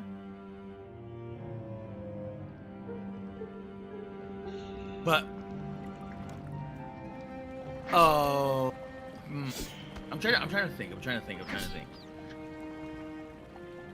I completely lost my train of thought. I was thinking something, I quickly forgot about it. Oh my god, I completely forgot what I was gonna say. It was right there and then I was gone. It's gone. Oh yeah, that's right. Remember when I made that one video about that one short about what is it, Tarna?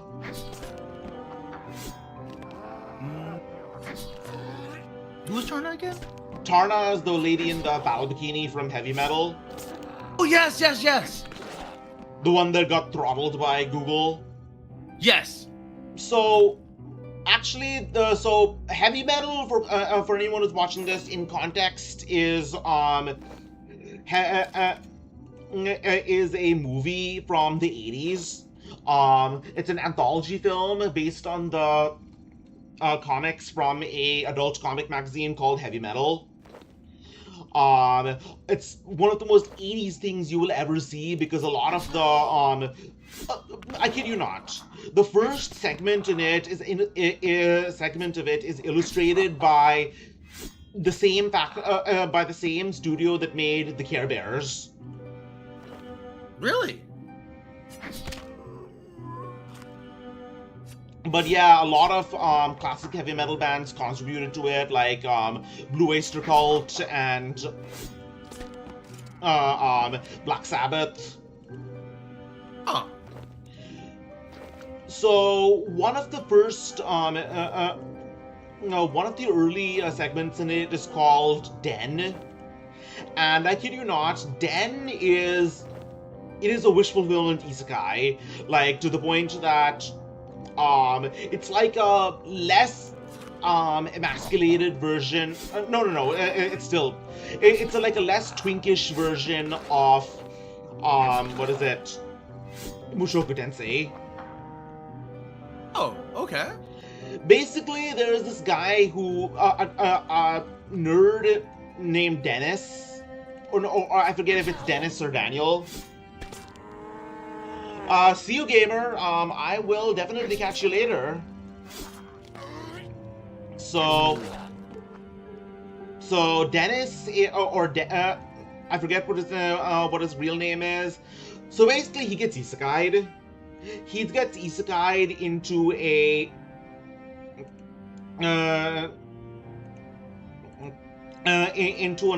faraway world, a faraway fantasy world, but he gets isekai'd in a different body, in a hairless, naked body, naked, tan, ultra muscular body. So it is real wish fulfillment. Like, the thing is, characters have been isekai'd before, but usually they're, I don't know, they're already kind of macho. Like, you have John Carter, who's an ex-Confederate soldier.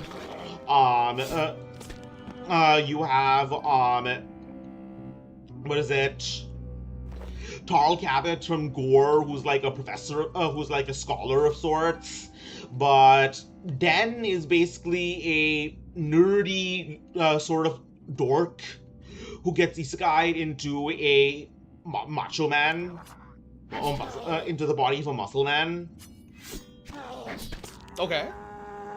So I'm definitely going to make a video about that soon, but wasn't that around the same time of like Conan the Barbarian, and then because I remember the Emperor, from 40K, was very like Conan-esque. yeah, Rogue Trader days. Heavy Metal was from around the same time. That was when you had Orc Gothrakas.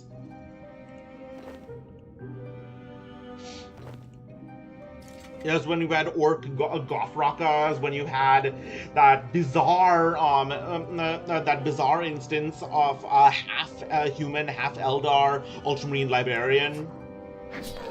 Mm.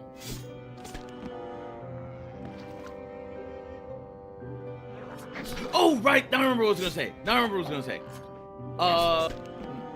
A few days, I think it was like 2 days ago. You saw what happened with YouTube, right? What happened? They released an update that just deleted entirely the English language. Huh?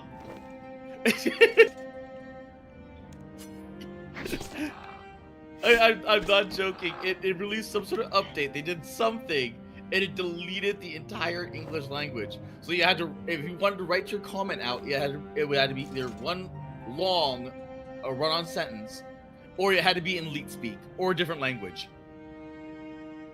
Huh. So, was it deliberate? I don't know. The YouTube never said. Because it happened to me when I was streaming and people couldn't chat. And then I looked on YouTube, or I looked on Twitter, and then people were having the same exact problem, and they were screen capping their chatters trying to find ways around the YouTube filters. So the only thought is that it may have been like AI programming or something like that may have just deleted the code for English. Yeah, I mean, the thing is, at my own job, I use something called VS Code, and VS Code has is connected to a free version of Copilot for GitHub. That if you give permission, will actually start modifying your code and even uploading it to the cloud or to using command line using command line functions. Oh. I mean, I wouldn't have a job without AI because I do not have a degree in programming. Ah, okay. So AI basically taught me how to code. Well, that's kind of good. That's actually really good. So I don't know. I forgot what we were talking about. You know what? Probably for the best, because I'm sure other people want to talk as well. Yeah. So thank you very much for having me. Yeah, thank you for being my wingman. Yeah, no problem. Like whenever you need help, just let me know. All right. I will catch you later then. All right, catch you later, Zos. Happy birthday. Thank you. See you tomorrow. Yeah, tomorrow. Yep. Gobos.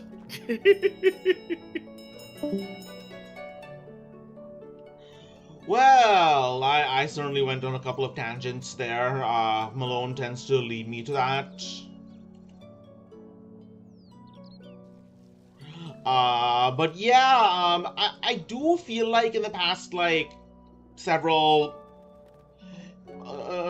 weeks or so, I have been getting off easy. Like, I kid you not. I remember I did I sang and played on the piano a cover of Hinder's Lips of an Angel. And despite the fact that I wasn't using any official audio, YouTube actually detected it and copy struck me. Well, they didn't copy strike me as much as they said I wouldn't be allowed to upload it. I wouldn't be able to upload a version of it that was longer than 1 minute on the YouTube Shorts reel. And yeah, I won't be able to do. And I've been doing a lot more covers since then, a lot more song covers, and yeah, I've been doing a lot of song covers, and they seem to have gone undetected. I think YouTube is chilling out now.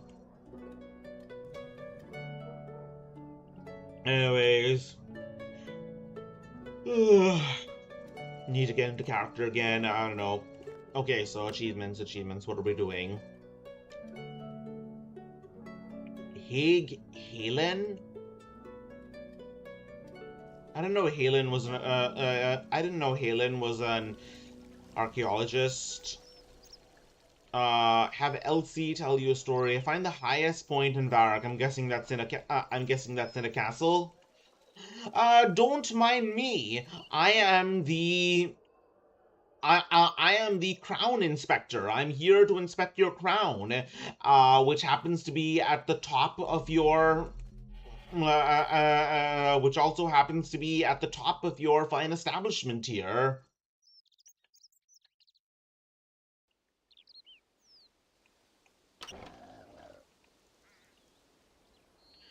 Let's see, going up. Where is the flag?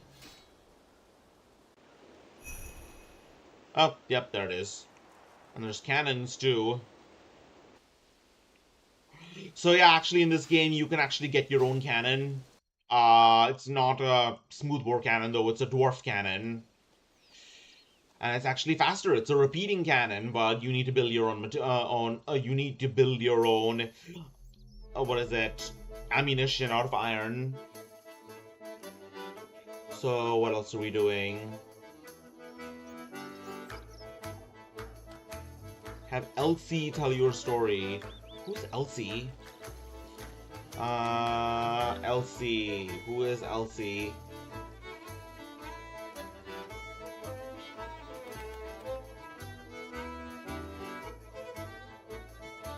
There's Iffy.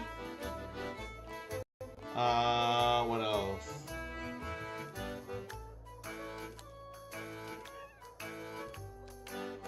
Can I buy something from this monkey? I guess not. There is a tramp.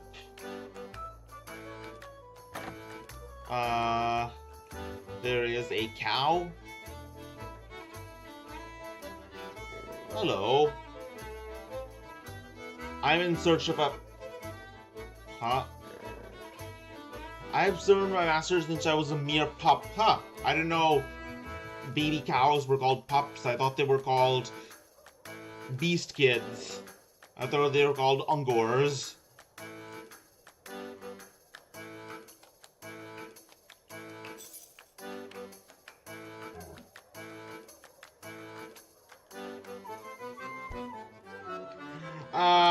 Yeah, I don't think I can... Yeah, it's not the 6th stage yet.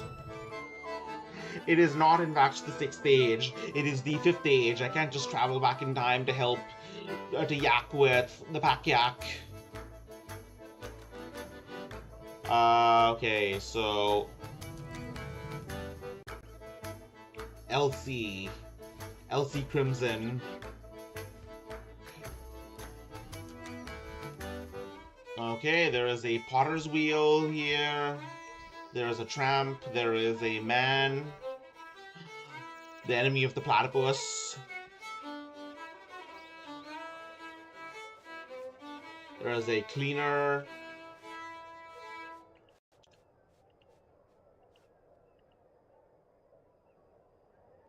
Huh, what's this? Fletching workbench. I'm pretty sure you can just... Why do you need a workbench? You can just do that while standing with a knife. There is a...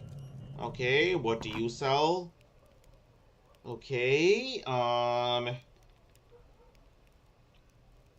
How much do I want to spend on mithril armor?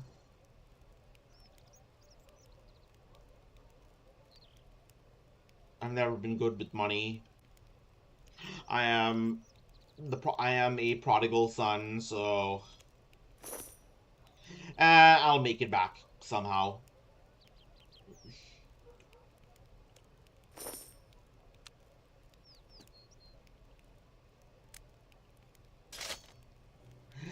I don't know if anyone's played. What's the word? I don't know if anyone's played. Anyone who plays Elder Scrolls know when you sell a suit of armor to a shopkeeper, they'll immediately put it on. It's like that.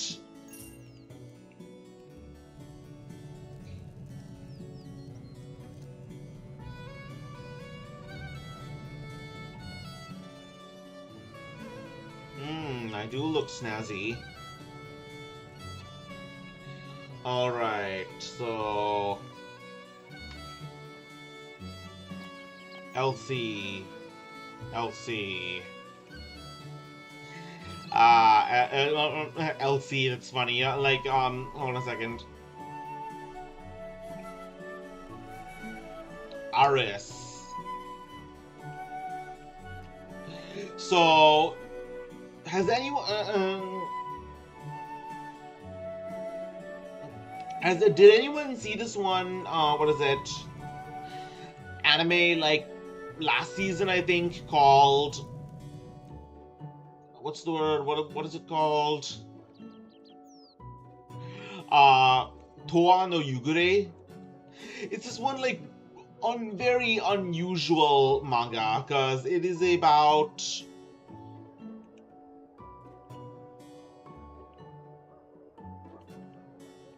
Yeah, it is a very unusual manga because basically it takes place after a robot war that has basically turned the world, half the world into a, I don't know, that turns half the world into a fantastic, I don't know, not fantastic, but like an, I don't know, pre-industrial setting. Into a pre-industrial setting, and another half into a and another half into a dystopia, a techno dystopia, and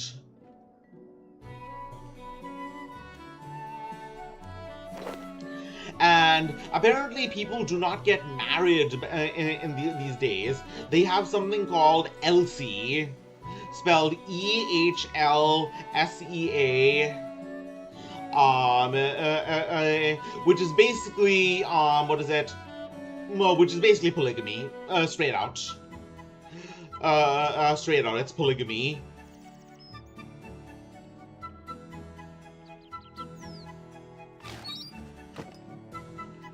So,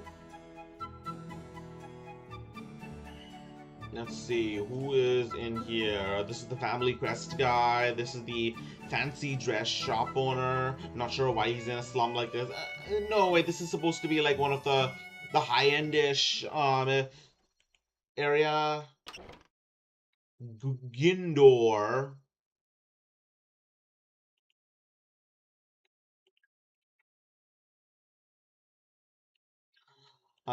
Let's see. Da Vinci? Hops. Otherwise, what else are we? Unnatural mangas. You heard about what else got adapted? Go on. I mean, I said unusual, unnatural.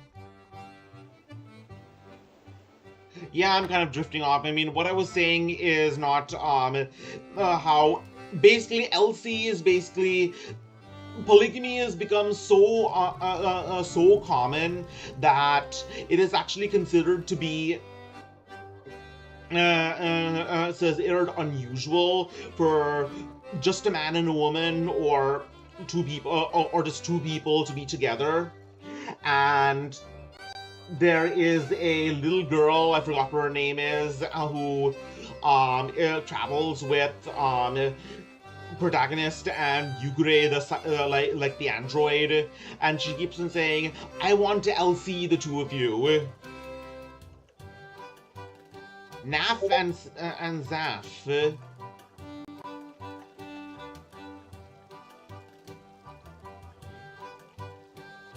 Rooster Fighter. I forgot what that one.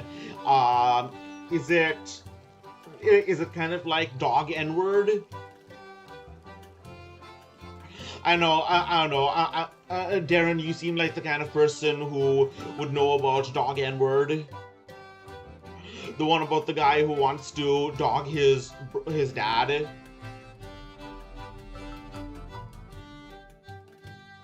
Rooster Fighter. Interesting. Surok Magus. Reldo.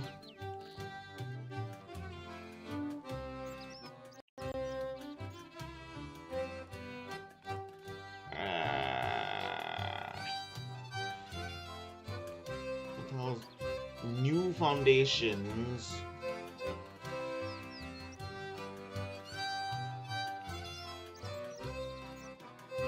You know, we can we can achievement hunt later. Let's do some quests.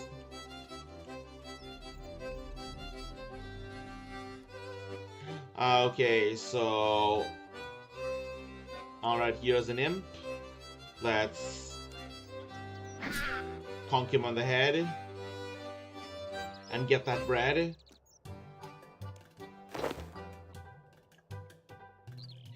So anyways, what's the next quest in the timeline? Demon Slayer, alright. Gideon Bede in the Saradominist Church in Northeast Barak. So, I don't know, I'm not sure if you guys were here for the last time I said this, I talked about this, but as usual, as it is usually for a fantasy setting, there are many gods. However, this setting is different in that Saradom, it has an obvious god of evil and an obvious god of good. The god of good being Saradomin and the god of evil being Zamorak. This is actually not a typical sign of what is it?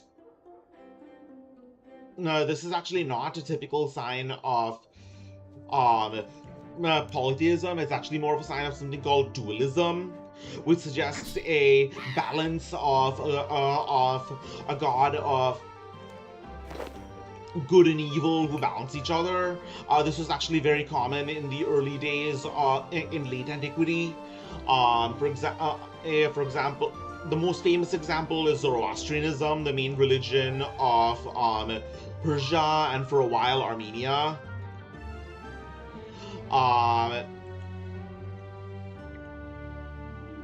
And another sleeping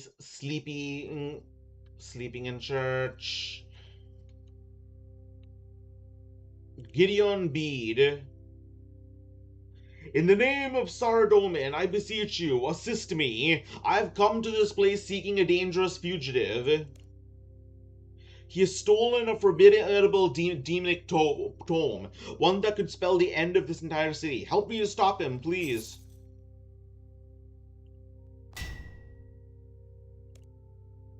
I'm pursuing Denath, a dangerous and unstable wizard. Denath infiltrated Edgeville Monastery and stole a tome of demonology from my order.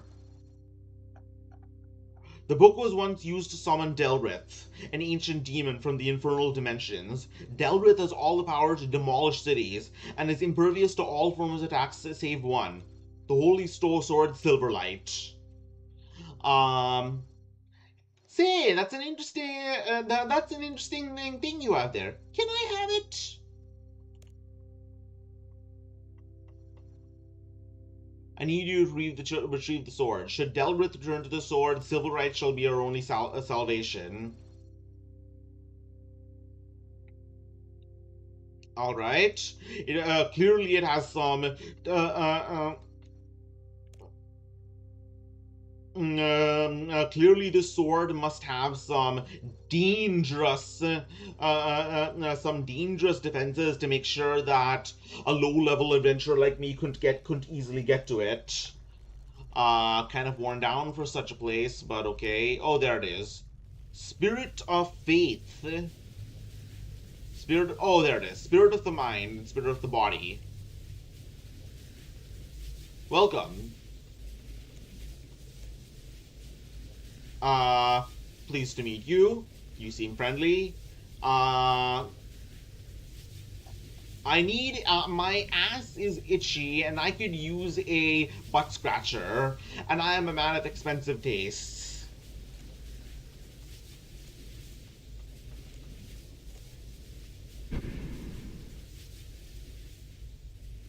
Alright.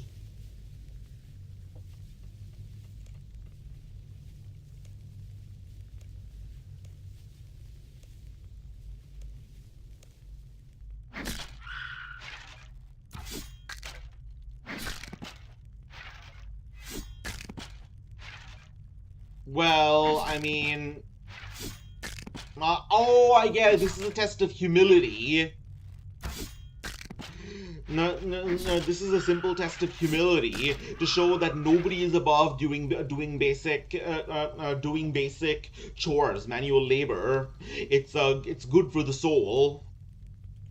Cleaning up rubbish. Rubbish. It's something that anyone can learn from.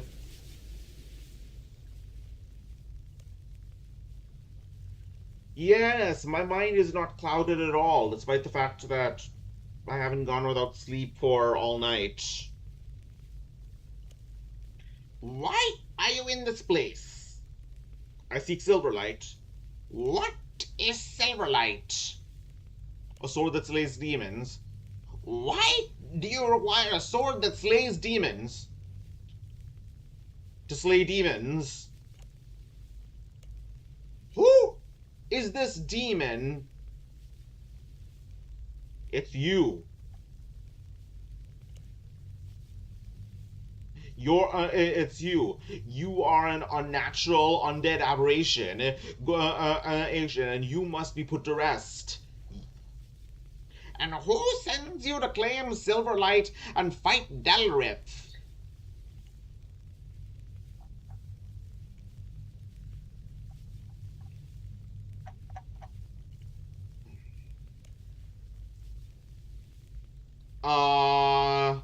Did someone need to send me?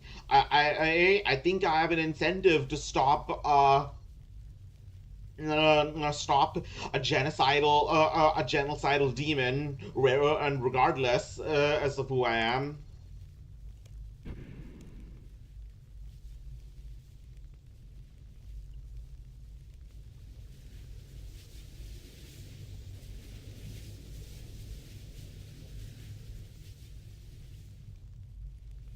Alright, spirit of the body, spirit of the mind. Oh, that way. Spirit of faith.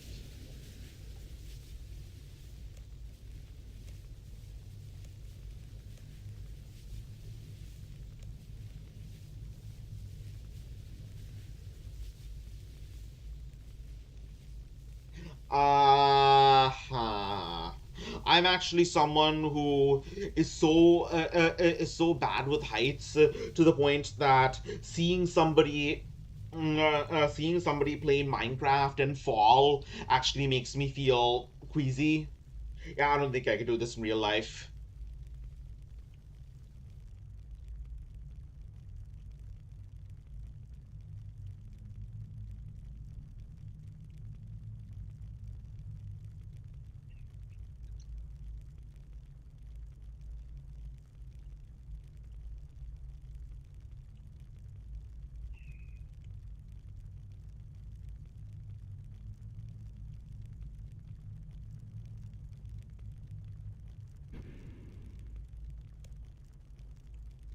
All right, my faith is strong.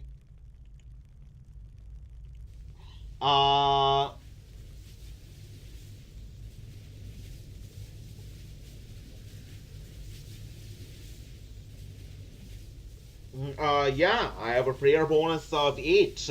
That's more than enough to exercise you. Okay, so...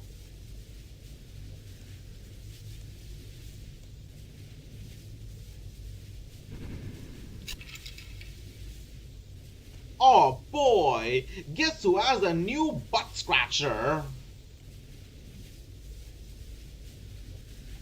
Shiny.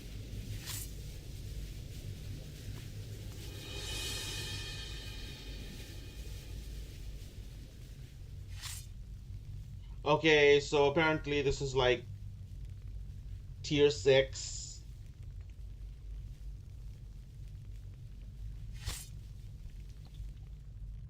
Oh, it's a it's a one-handed sword, which means I can just hold my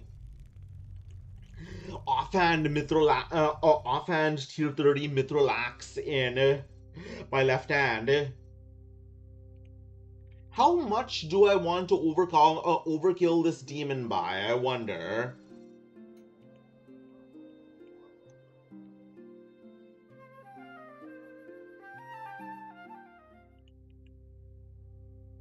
Wait.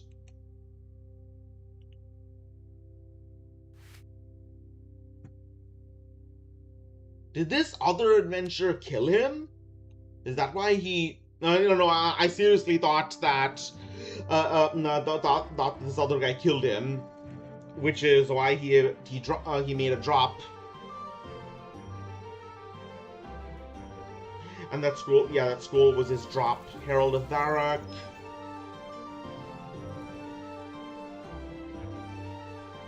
Urist Lorik. I love how all the dwarves in this game have ick at the end of it, like Doric, Lorik, Boric. I'm pretty I don't know. I'm pretty sure that suffix actually comes from the Roman Rex, X, which means king. Kind of like how Rix, the ending of a lot of stereotypical Gaulish names, also comes from Rex.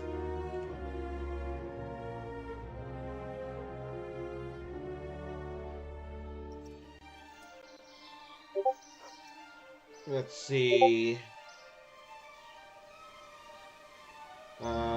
Gideon Bede.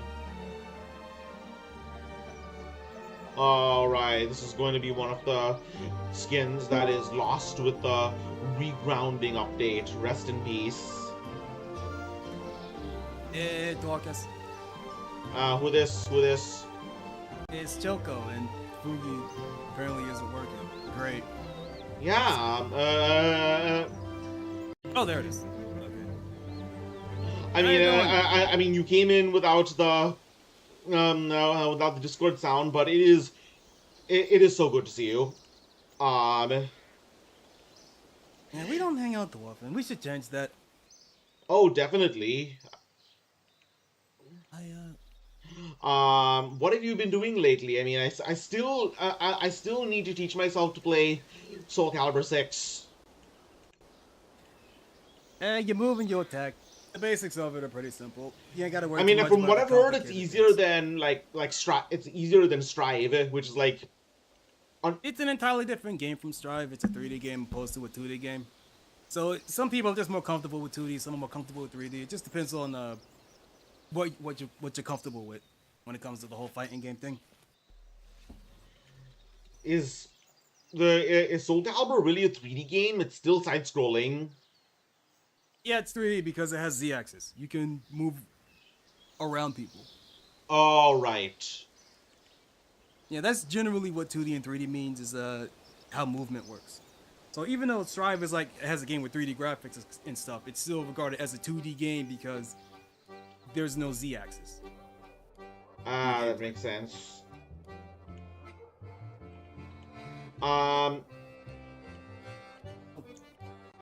Who is your favorite fighter in it? And by the way, I mean, I don't know. I like Hilda because halberds are, you can't go wrong with halberds. Let's see.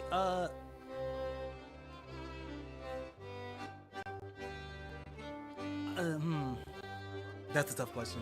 If we're talking about just in Soul Calibur 6, I tend to like Halin and Siegfried are my two mains in the game, as you could say. I'm really happy that Wong is back, but I don't quite like how they changed his gameplay style, so I don't use him as Wait, much. what weapon does Hwang use again? I mean, based on the name, I'm Wong guessing he's is Korean. he's the Korean guy with the Chinese broadsword. Oh, Dao. Yeah, the Dao. I was thinking of Killick. Killick is the one with the bow staff. Killick is the staff. Yes. Yeah, but for Huang, they added a lot of like, they made him more of a shaman character. Like he's got the, like the seals and everything. And I don't quite like how it was implemented into his style, so I tend to prefer like, I wanted him to be like the kicks and splits guy, which is kind of what Yunseong was after they kind of got rid of Huang. But Yunseong hasn't been back either because he's not popular and he's kind of hard to play, so. Isn't Maxi like the, I don't know, the stereotypical kung fu style? Maxi is the nunchaku guy. Yeah. Yeah. A little bit of Bruce Lee, a little bit of Elvis. Who knew it would work out so well? But yeah. Soul Calibur's a cool series. Every game is kind of drastically different.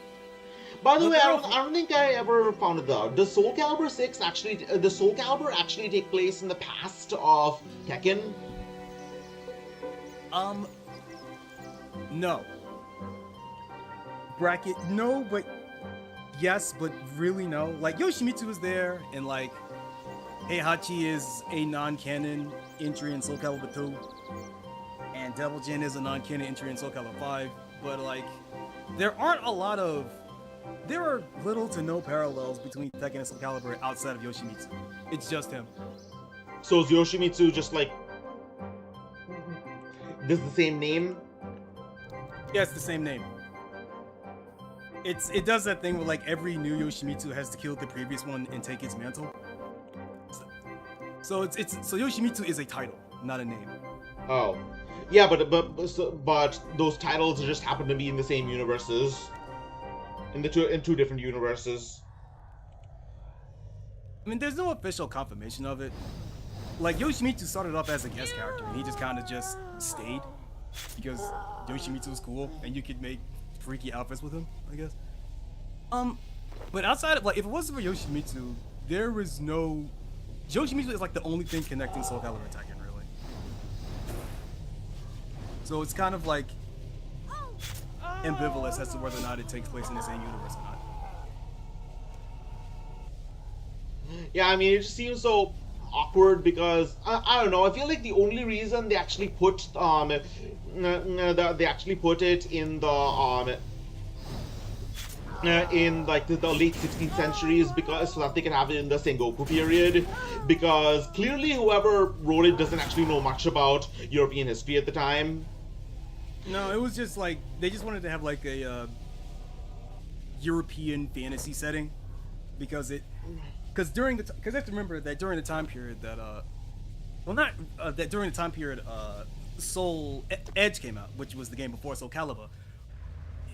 It was created because it was a unique setting for a 3D fighting game at the time, and that a lot of the mechanics of Soul Edge were taken from Samurai Showdown, which is an actual Sengoku period fighting game that was developed by SNK.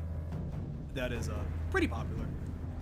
And it was just like, okay, on here we have this Japanese historical fantasy, so we're gonna make our own like European, air quote, European historical fantasy game. Yeah, but I don't know. I just remarked like how Sovietia like uses a sword and shield. Like the sword is kind of an ancient, looks like an ancient Greek sword. It kind of looks like a Xyphus Greek short sword, but her shield is a small shield. It's like a buckler. Ancient Greeks did not have that kind of a weapon. there were only like two standard shields that the Greeks had. There was the hoplon or aspis, which is like a really large round shield that they fought in the phalanxes with, and then there was the pelta, which is used in the area that's modern Bulgaria, which is a crescent shield. But the concept of a sword that's meant for parrying a small round shield, that's medieval. Also, another thing to remember that pop quiz. What was happening? Oh, what was Greece like at this particular time period? I don't know, honestly. When I think of ancient Greece, I think of I think it was the Spartans, honestly. Greece in this time period that Sophia lives in is actually being occupied by the Ottoman Empire.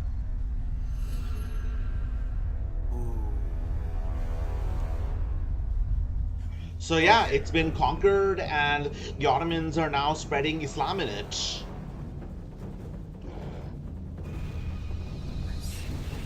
So, To be fair, I will say that around like Soul Calibur 4 and onwards, they kind of stopped going into the whole historical thing because, well, there aren't. It was like again, the original setting was just an excuse to have like European fantasy, and they didn't give that much care to history. Like, so it's very anachronistic, obviously. But for Soul Calibur 2 and 3, they did try to weave in historical accuracy with the fantasy of it all. With mixed results, you would probably more what, Soul Calibur 5?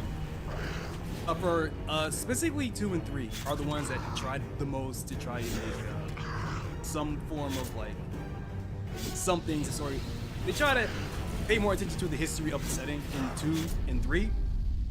But with 4 and 5 and onwards, they just like, yeah, who cares? Fuck it, right? And go way more into the whole mystical things. Like there's a gypsy and like there's a Who's the Roma? Viola? Yeah, Viola. Even though she's actually Amy, who is a French vampire, kind of. It goes all over the place. There's a werewolf thing in 5. Sly, he's cool, but it also makes no sense. He's a werewolf, but his wolf is a stand. It's so stupid, but I love Sly. I mean, one of the characters that actually is very unusual to see in a in a setting clearly made by people who don't know much about history is Talim. Because Talim is from one of the early Filipino tribes. Yes.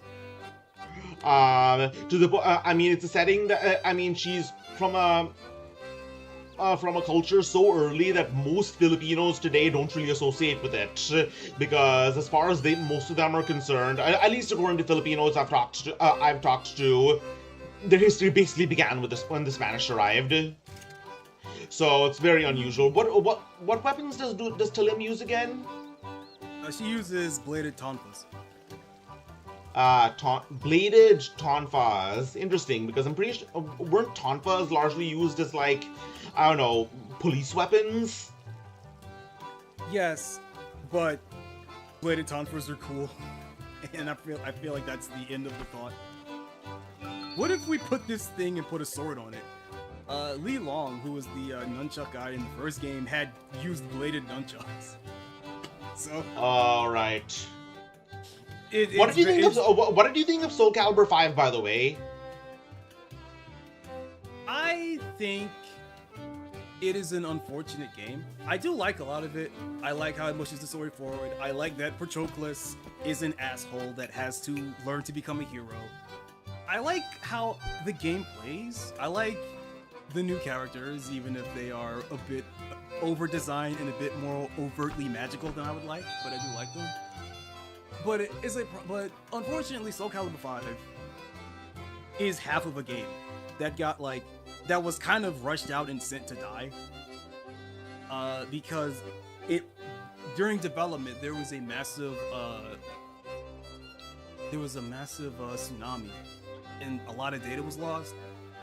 So the game that was released is like 1/3 of a game. What do you of they mean? Like initially the envisioned. tsunami in 2011 hit the studio and like. Yeah. Really? Yeah. Huh. All right. Yeah, it's an unfortunate thing. And like the post release support was got cut really short because it just wasn't moving copies because it didn't sell that well. And all the post-launch support, like you could, it was data mined that there was like at least a whole year of support that was going to be added to the game, and then they just didn't do it. And the team got dissolved, and they moved on to work with Namco to work on with like Tekken and stuff. It's So we're so are we actually ever going to get? You don't think we're ever going to get a Soul Calibur 7 in the near future? I think it has been so hard, and Harada talked about this. Like, it has been so difficult for Soul Calibur to find its footing, like for a long time. I think there will be one more chance, but I don't think it's going to be anytime soon. Because Soul Calibur 6 was kind of like a Hail Mary attempt to try and bring back Soul Calibur. It's like, okay, we're rebooting Soul Calibur, going back to Soul Calibur 1, because that's the one that everybody likes. We're bringing also the fan favorites from like the later games. We're trying to like simplify how the games work, because some people are complaining, we got too complicated. So we're gonna pare down a couple of things. We're gonna have like the big story mode where you get to make your custom character, and there's like this whole like open world, well, kind of like visual novel, like kind of plot unraveling as you travel the world and you meet characters and you can train under them and, you know, befriend them and make enemies out of them. Like it tries to do a lot with not that much money, but it tries to do a lot of what people say they like about Soul Calibur. Like, oh yeah, I like the whole traveling world aspect. I like dressing up my character. Like all these kinds of things, right? And it does all of them adequately, but it doesn't do any one thing exceptionally. And it had the unfortunate, it was unfortunately released with kind of subpar, pretty bad net play during COVID. So that didn't help it much. But a lot of people say that people that care way more about gameplay than I would say that, yeah, Soul Calibur 6 is like probably the best game in the series from a gameplay point in the last 20 years. But as I've said, you can't put good gameplay on the back of the box, right? And there are a lot of people that just don't care. Like, there are a lot of people that play Soul Calibur just to make their custom character and make videos about it, and that's really it. And that's fine. Right? Remind me, we're getting a 7th Dead or Alive soon, right? Supposedly. I'm going to assume that it's going to be a reboot, as these things always tend to go for, because generally when the last game in your series doesn't do well, you tend to make the next one like a reboot and try to fill it with all the things people like about it, as you know, because that's smart business. But we don't know the details of it. It's just gonna be a new Dead or Alive game, and it's gonna have Hayabusa, and it's gonna have Kasumi, and that's all we know. I mean, I remember, like, I saw gameplay of Dead or Alive 5, and it, like, looked so cool. I mean, I don't even play fighting games, I just wanted to see gameplay. It just looked so cool. But I kept on seeing people talk about how it was for amateurs, and Tekken was, like, the really competitive game. Okay, so this happens a lot. Tekken players... every game has their own hardcore players, but Tekken is among the people that Tekken players aren't fighting game players. They only play Tekken, and they will shit talk every game that's not Tekken, and they will also shit talk Tekken on their off days, right? And so because Tekken, and here's the thing, at least here in like outside of Japan, Tekken is the go-to 3D fighting game. Right? That's just how it is, right? Really, what is it in Japan? Japan is Virtua Fighter. Really? Japan has never once stopped playing Virtua Fighter. They love that game. Yeah, but every people, countries all over the world have their like specific games, right?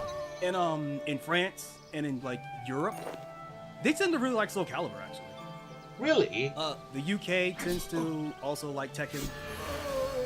But yeah, in America, when we put with for 3D, it's although to be fair, America doesn't really play 3D fighters to that that massive extent, but we tend to overall play Soul Calibur and Tekken. I don't know. I keep on seeing various fighting games in odd places. Like, for example, I believe there was this one point where there was this rapper named Lupe Fiasco who... Yeah, Lupe Fiasco was playing Street Fighter V. Yeah, and he beats this one, like, co-player. Yeah, Daigo Imehara, largely considered the best Japanese Street Fighter player of all time. I see. Yeah, that was a fun day.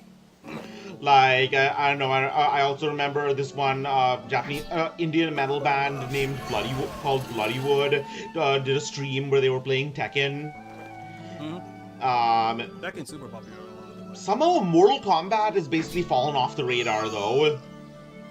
Yeah, Mortal Kombat, the latest Mortal Kombat game was not finished. Every Mortal Kombat game since MK9 has had more and more and more, like, management from the higher-ups fucking with the game. To the point that Mortal Kombat, well, it's called Mortal Kombat 1, but I call it Mortal Kombat 12 because in the directory it's called Mortal Kombat 12. Mortal Kombat 12 was not a finished game, but it was sent out there because WB said put the game out, it makes money, so they put the game out there. There were basic features like lobbies that are still not in the game. The online lobbies are still not in the game. I don't know, the main reason, I really feel like the main reason Mortal Kombat gets attention is because of the crossover characters. Yeah, the crossover, the violence, the crossover, but also it's also like the last great hope of American fighting games, as much as some people would not like me to say that, because fighting games are generally just like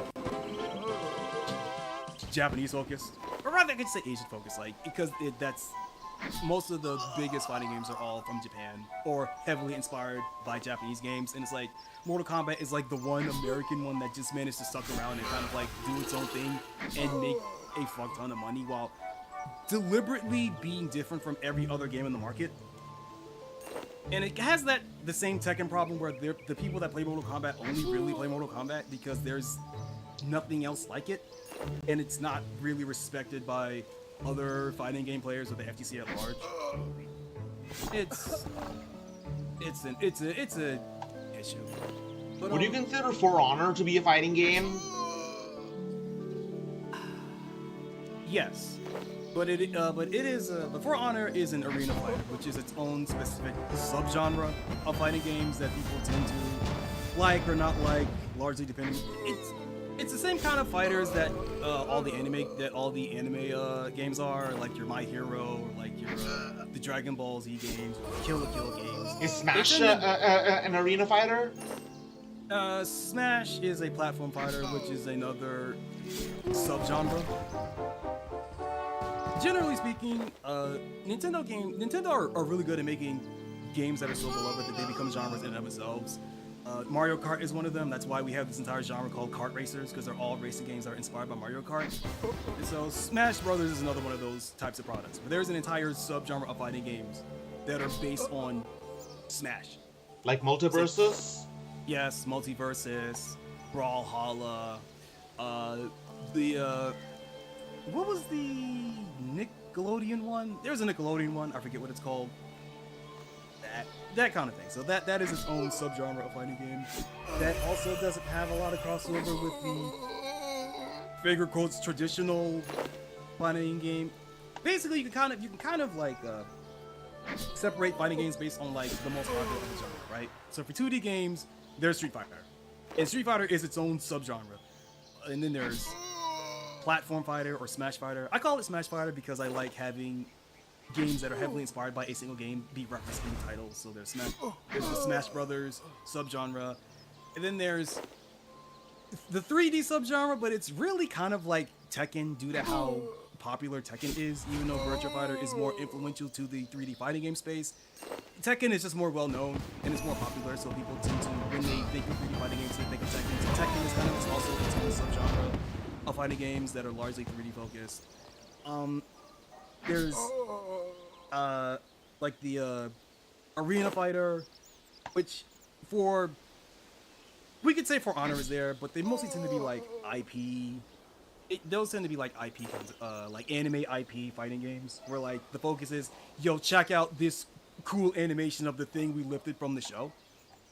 And it tends to have like the behind the back camera, and like local play has to have like a split view or something like that, because the focus is like it's trying to mimic action games, like behind the back like action games, instead of like the side view of most other fighting games.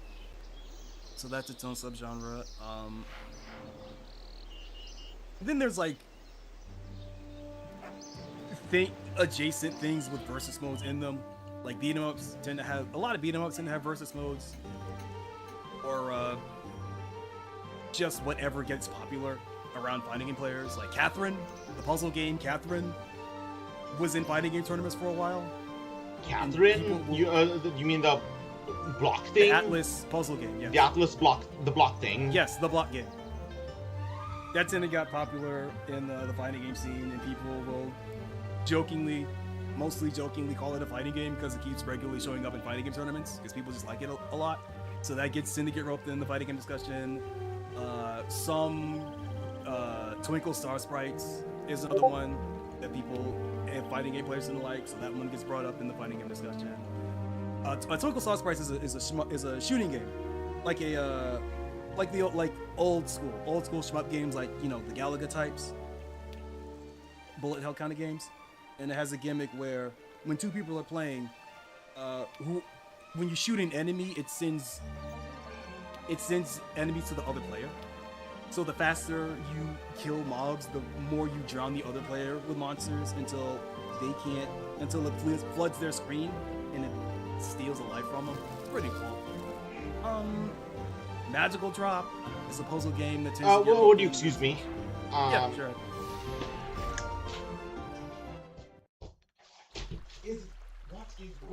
I don't even remember how I got there. Hey, chat, I don't remember how I got here. What was I talking about? Fighting games, subgenres of fighting games, combat popularity, or rather Mortal Kombat's popularity, fighting game popularity, fighting games that are popular in specific regions and countries, Soul Calibur. How did I get here with Soul Calibur? Right, Soul Calibur is really good in Europe. America and Europe tend to like Soul Calibur. Historical accuracy in fighting games, that's what I was talking about. Okay, that was a little awkward. Oh yeah, no, you're fine. That was a little awkward stuff with my dog. Yeah, what were you saying? No, I'm trying to retrace this conversation, trying to figure out how I got here. Historical accuracy in fighting games. You may or may not like this.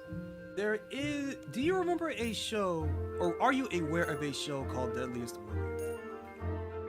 Yeah, I used to watch it a lot when I was a kid. Now I realize, only when I grew up and I realized, I learned more about history and a lot more about the misconceptions people have, do I realize how dumb it was.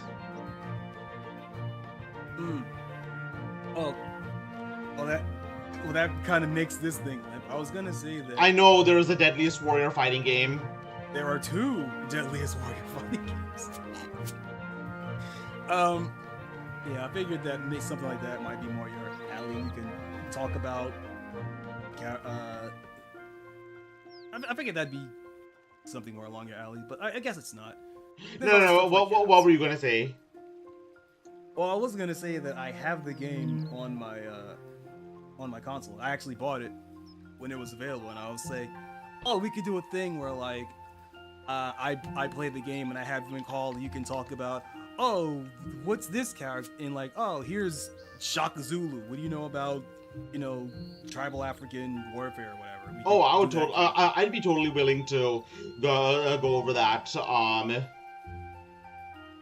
I mean, I don't know much about Zulu warfare other than that. I don't go into too much detail about the formations. I know it was famous for formations, but I know the Zulu. I believe they defeated a large army of Zulu defeated the British at one particular battle during the Zulu Wars, and they made a movie about it called Zulu. Mm-hmm. Also, I don't know. Nowadays, history memers mainly know about Shaka because he was an absolute menace. He was like a complete maniac. He when his mother died, he declared that all cows must be slaughtered, so that their calves know what it's like to lose a mother. That no crops could be grown, and that any family who had a child would be killed. It would basically be a year without life. Huh. All right. And then at that point, the what is it? His brothers basically snapped and they overthrew him. Okay, that part makes sense because I was about to say, how long could that conceivably last before someone decides to just behead him for doing this? Okay, so. There was also this point where what's his name where Europeans came and brought several European technologies to him. One of them being guns, and he said. Which at this point were muzzleloaders, and he said, "Oh, this seems useful, but I don't really need it because after someone with a gun shoots one of my warriors, the next one in the horde will kill him. And with paper, paper says, I don't need paper because if a messenger gets the message wrong, I'll just kill him."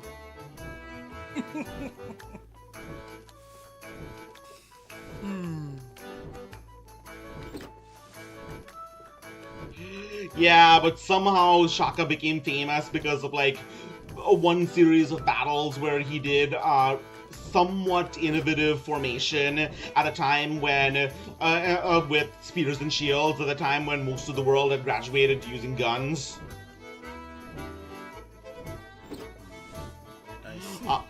I do know that he fought William Wallace in Deadliest Warrior, and William Wallace like curb stomped him. Okay. All right. Well, okay, I'll write that down on the list. I wonder. I'll have to do a bit of. I'll have to double check to make sure I have all the content of the game. I don't remember if there was anything unlockable. I have to go through that. Also, I'm getting really tired of people glazing Spartans as individual warriors because the Spartans were not good in individual combat, like with swords. With the swords, yeah, they had the phalanx, right? Yeah, their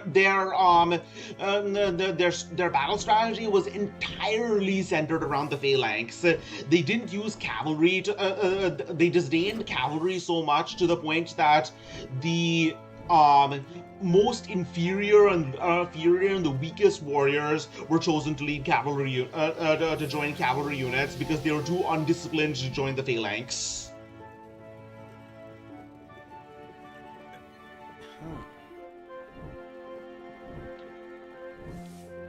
Yeah, I mean, but of course everyone if you're going to have your least disciplined soldiers running cavalry and riding animals, I feel like that would make sense for them to not treasure cavalry if you're going to give it to your least trained warriors who have to also be riding animals and stuff. I can see that. Yeah, and of course, I don't know if you saw that one meme I posted in what is it, the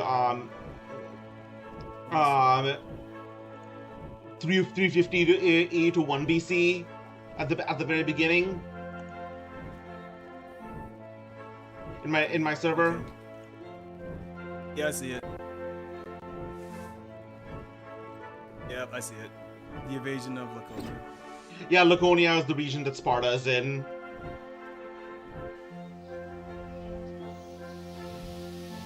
So yeah, once they faced a leader who was like an actual competent tactician, in this case Philip of Macedonia, they got dunked on.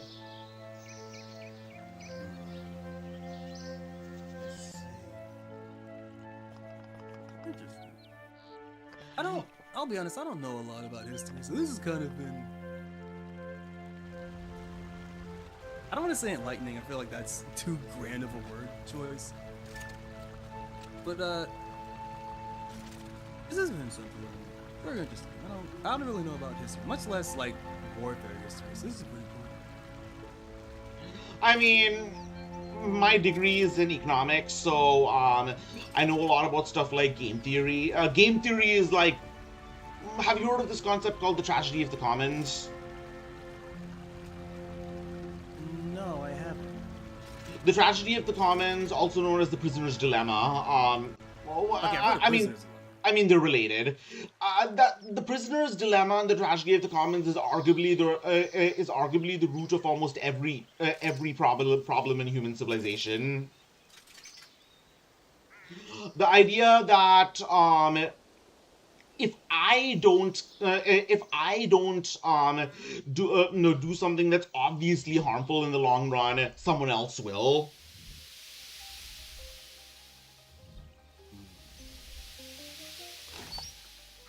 Like, think about how much the sheer amount of money that countries put into building militaries that could be spent doing other stuff. But they have to, because if they don't, then the other guy who neglects his people to build his military will kill you. I mean, I think it's understandable to think that way because the history of humanity is the history of war. Like, they are one and the same.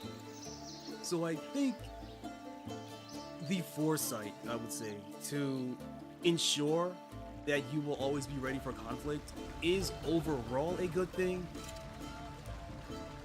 Obviously, it can become too much, but I do think the preparedness is overall a good thing. Yeah, but like I said, I was just using it in the context of economics and how a lot of economics is ultimately centered around game theory. So, and that's also another big part of history.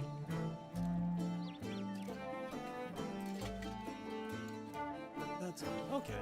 I see. Another thing is like fear of missing out. FOMO. Yeah. I don't I don't have that. Well, I think I have it less than other people. I mean, I joined the call because of FOMO. I'll will admit that. I felt that I would be an asshole if I didn't at least come and say hi, even though I wished you a happy birthday in your chat room. I feel like I should at least say hi. No, I'm really glad you glad you dropped in. I mean,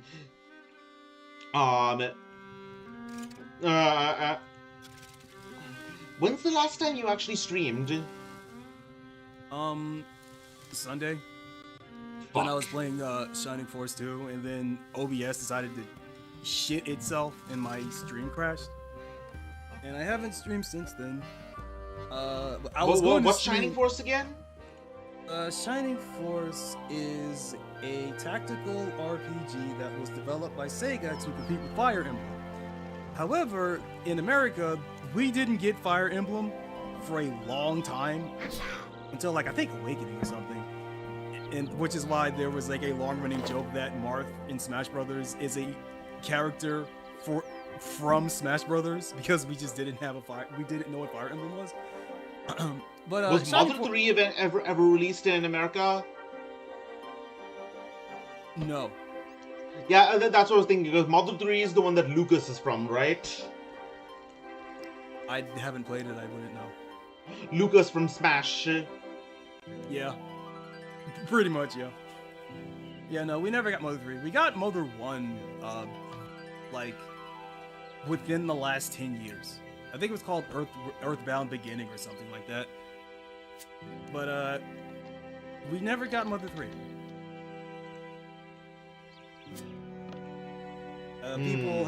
People have been speculating something to do with social issues, or like some of the creatures are like might be offensive to something or whatever. They're not. I honestly don't know because I don't care. But every time Mother 3 gets brought up, who's the character that? Who's the guy that would be offensive? Is it Porky? I have no idea. I don't know anything about Mother.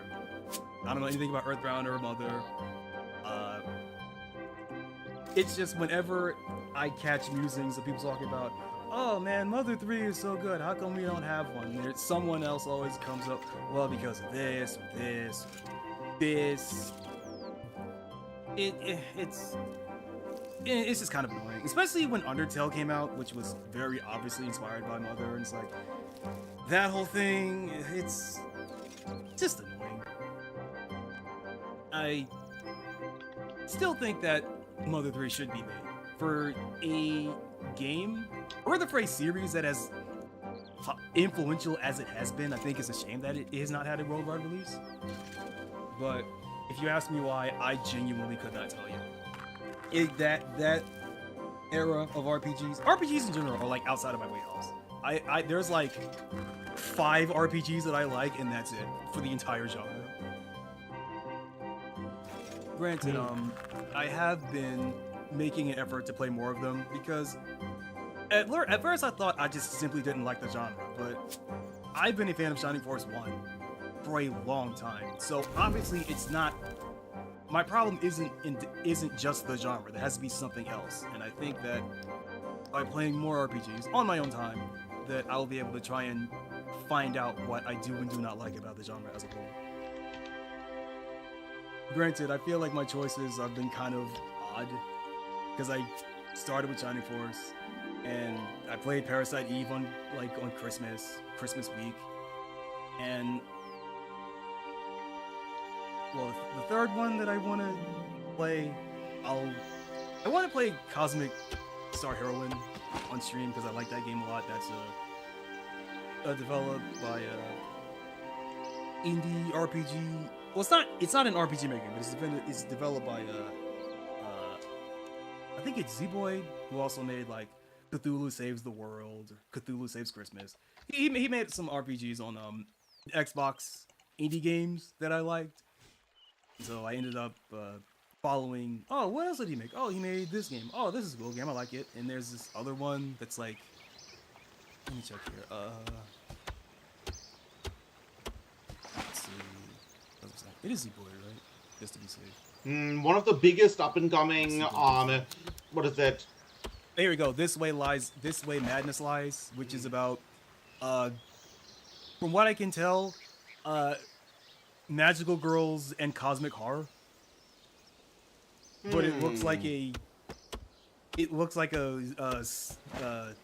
SNES RPG or something. I feel like I've seen a lot of magical girl cosmic horror series. Like there's Madoka Magica, there's Mahou Shoujo Site.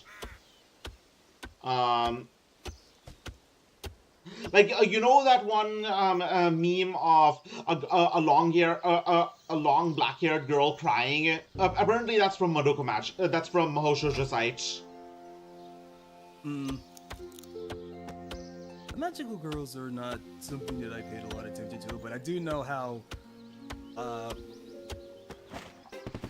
shall I say, how poisoned the genre has become since Madoka Magica, because people keep claiming it as a deconstruction of the whole genre, and so when everyone tries to make a magical girl show, it's, oh, we're gonna do a deconstruction like Madoka Magica, without understanding that it wasn't a deconstruction, it was just a dark magical girl show.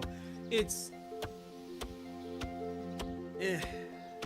that's what they do. No, that's what they were doing with superheroes for a while, with like Man of Steel. Yeah, and it's like, no, it's not a deconstruction. You just made Superman an asshole. Like, having your superhero be an asshole does not deconstruct the genre. Especially for a character like Superman, who was meant to be, not a role, is meant to embody the best aspects of humanity due to how he was raised.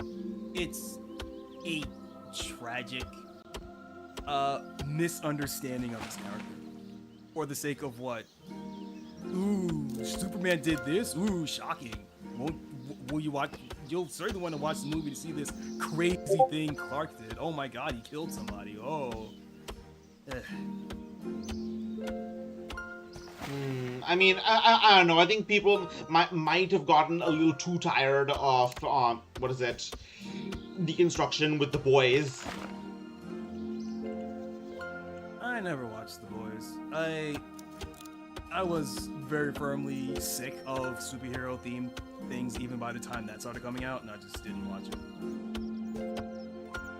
The guy who made The Boys is like really, he's like, cynicism is basically his brand. The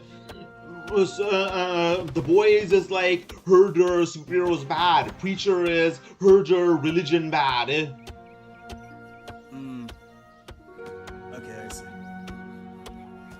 I see. He's one of those guys. Alright. I mean, I still think that you could make a good show even if you go in with that mindset, but you have to take extra care as to not completely slash and burn the thing you make, or rather the reason why people would want to watch something like that. There are not a lot of people that would want to watch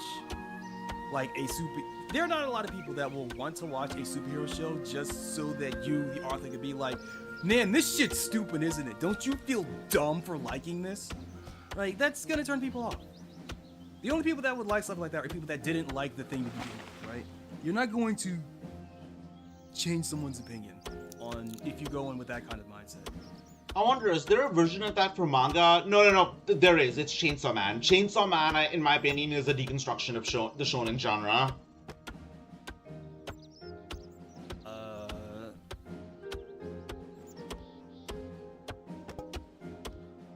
I believe there was okay. I haven't fully watched Chainsaw Man. Actually, I'll be real. I haven't really sat down and watched any anime for a while now.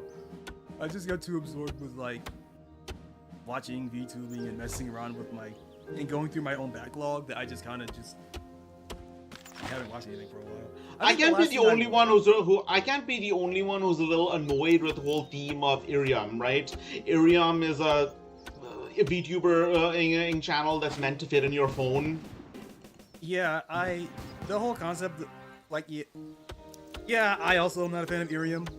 I hope Nixie is doing well. I hope she is, but I am not going to download an app on my phone to watch a VTuber when I can just go to YouTube or Twitch. I mean, to be fair, I wouldn't download either of those on my phone either. My phone is for taking calls and listening to bullshit while I'm driving.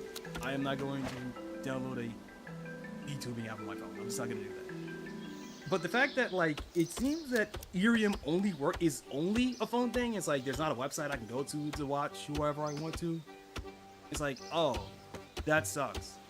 It's and I kind of feel bad for Mixie. I hope she's doing fine, but I'm not watching that. Yeah, I mean, the thing is, I don't know. Irium is going to crash and burn within the next, I'll be generous, in say 10 months. I was saying it in the sense that smartphones, I mean, I said this in my intro, but my attention has always been crap because of my ADHD, but it's gotten worse over the past several years because of my phone. I'm self-aware enough to know that there's a reason why I can't binge watch shows anymore, because I'm just so used to just videos I can just skip through on my phone. Having ADHD in the TikTok generation is an experience. I mean, to be fair, I mean, right before the whole TikTok thing, there was Vine, which is basically the predecessor to what TikTok became. So it's not like my attention span is that much better. It's better, but not by much. I tend to get scatterbrained. I tend to, like, even, like, I was supposed to stream, let me check my clock here, 3 hours ago. Oh shit, get on! No, it's fine here. It's fine. I ended up, like, coming here, hanging out, when you were talking with Malone, and I was kind of like, oh, this is nice, I'll work on a thumbnail or something while I'm here, and then it's like, oh, shit, 3 hours passed. Do you schedule your streams ahead of time, or do you just start immediately? I don't have a schedule at all, because, I tend to randomly get calls and have to leave and do things for for a family member or whatnot. So I can never really pin down a specific streaming time. But I do at least have that on Fridays. I will stream a random Fighter Maker engine fighting game. And on Sunday I will play the Shining Force 2 until I beat that game, and I'll see what other like Sundays for RPGs basically. And I'll see, oh, if I beat Shining Force 2, where do I go? Do I go for Shining Force 3? Do I go play another RPG? Like, that's just a general idea. I think the last Go ahead. I think the last full-length RPG I played was Pathfinder Kingmaker. Like, deadass, like, Pathfinder Kingmaker is, like, it's an experience. Because, as the name suggests, you play as a guy who founds a kingdom. And it's like, it's a city builder, it's a kingdom builder, it's a RPG. It has a very interesting. It's a dating sim, although for some reason I never ended up romancing any of the characters. I never figured out how to. It doesn't really, like, get in your face like Dragon Age does. But maybe it's because for a while I was in deep into the Pathfinder setting, but like many modern RPG settings, I got sort of dissatisfied with it. But check it out. Owlcat Games, the company that makes it, they've made like 2 Pathfinder games. They've made oh, Virus, welcome back.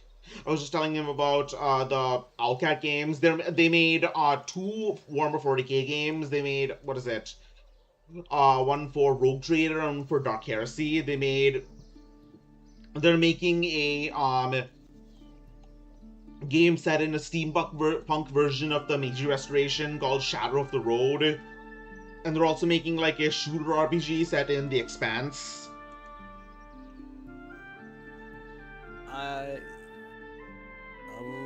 I will be sure to look it up.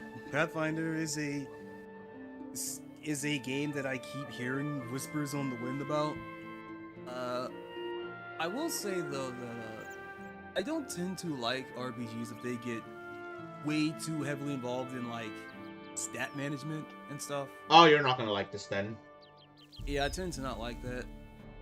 That being said though, when I get a bit more seasoned into RPGs, I will want to try one of those super heavy, like, stat heavy ones, because that was always the thing that I hated about JRPGs, was just like, I hate stat management. And then stat management started getting put into action games, and so now, oh, you can play a shitty action game with shitty stat management, and I'm thinking, okay, this is making me hate action games. So, oh, this must mean I hate RPGs, and it's like, well, now that I'm playing a bit more of them, even though they are like very basic, I'm starting to think that maybe it's just that the stat management of these games is just bad. So what would an RPG with good stat management actually look like, right? And like, if I play one of those, maybe I would get a better understanding of like the design of JRPGs and like try and like hash out what I do and don't like about it. But again, that's not gonna be for like I would say that's like a something I'm gonna go down in a couple of years, like not immediately. Like, I'm not trying to drown in the deep end of the pool here. I kind of want to ease in, and I kind of want to ease myself in on this. But I always hear good things about Pathfinder or like Baldur's Gate 3 and stuff like that. So I'm thinking like, eventually I do kind of want to try one of those just to see what it's like.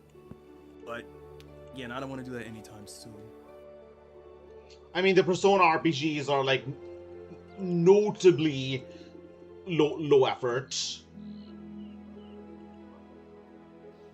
Yeah, but they also have the most stylish menus you've ever seen.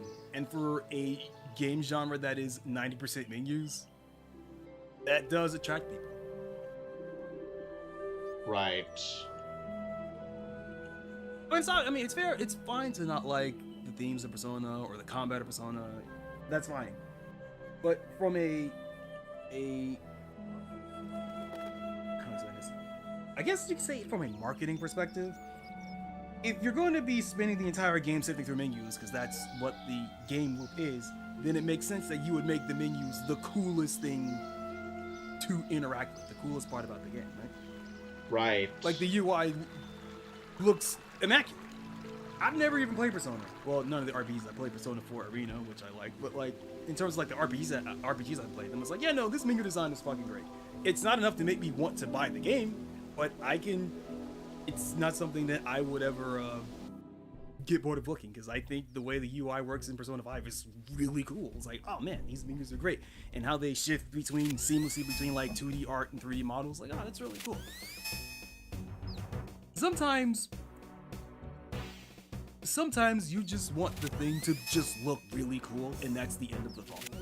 You know? I mean, it has to be super deep and complex. a game looking cool with really good visuals is underrated. A visual-focused game is underrated. I mean, it's not just about one thing. It's not just about the gameplay. It's not just about the story. It's the experience overall.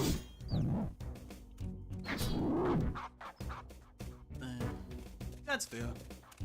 Because like, I like if I try to transfer how you feel about RPGs, I can imagine how I feel that I'm trying to think like, oh, what's the equivalent to that feeling in like a fighting game, and I can sort of understand where you're coming from. Like, I mean, I guess like that's it's too surface level, that kind of whole thing. That's how Mortal Kombat is, right? Mortal Kombat is very surface level. Yeah, I would say that, yeah. It is all very surface level. But I also think that Mortal Kombat fits a very interesting space in the fighting game landscape where it is so fundamentally different from every other fighting game on the market that I think it's worth playing it just for that, because you get an experience that you can't get from any other fighting game.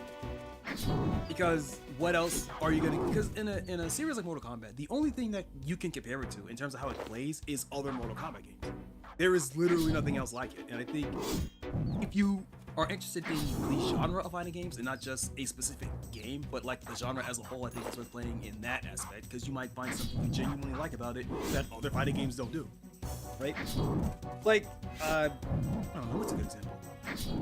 I mean, teleports are the big one, but I feel like the one here's something interesting about about Mortal Kombat contrasted to every other fighting game that you wouldn't even notice or care about if you weren't into the genre, and it's that every character in Mortal Kombat has a projectile of some sort. And not only that, but they don't collide when you throw them against each other. They go right through each other, and that is an interesting way to handle projectiles in a fighting game, because everyone has access to it.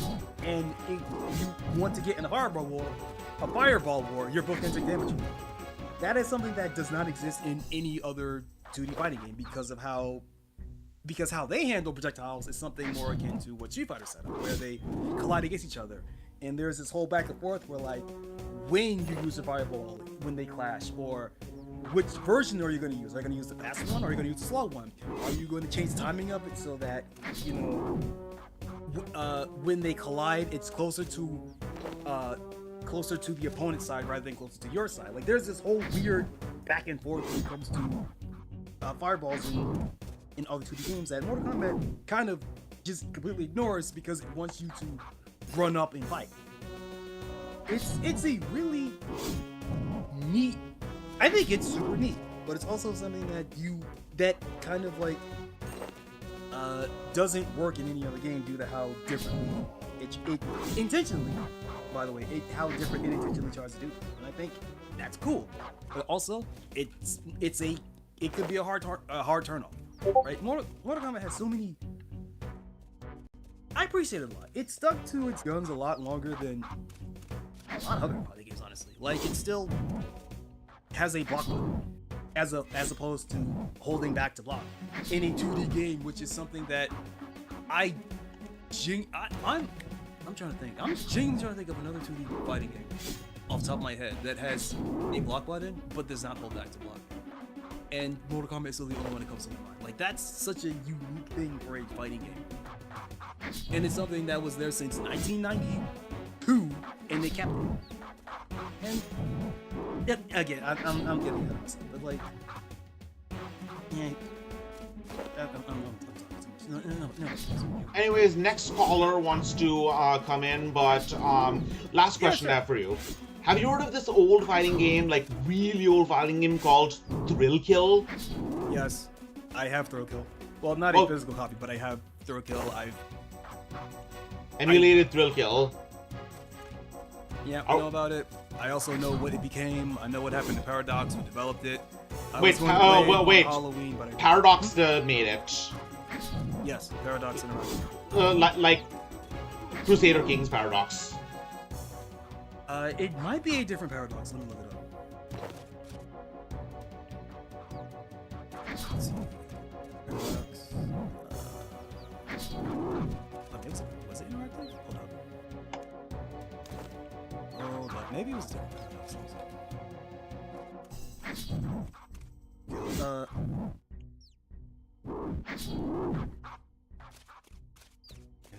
Let me check this.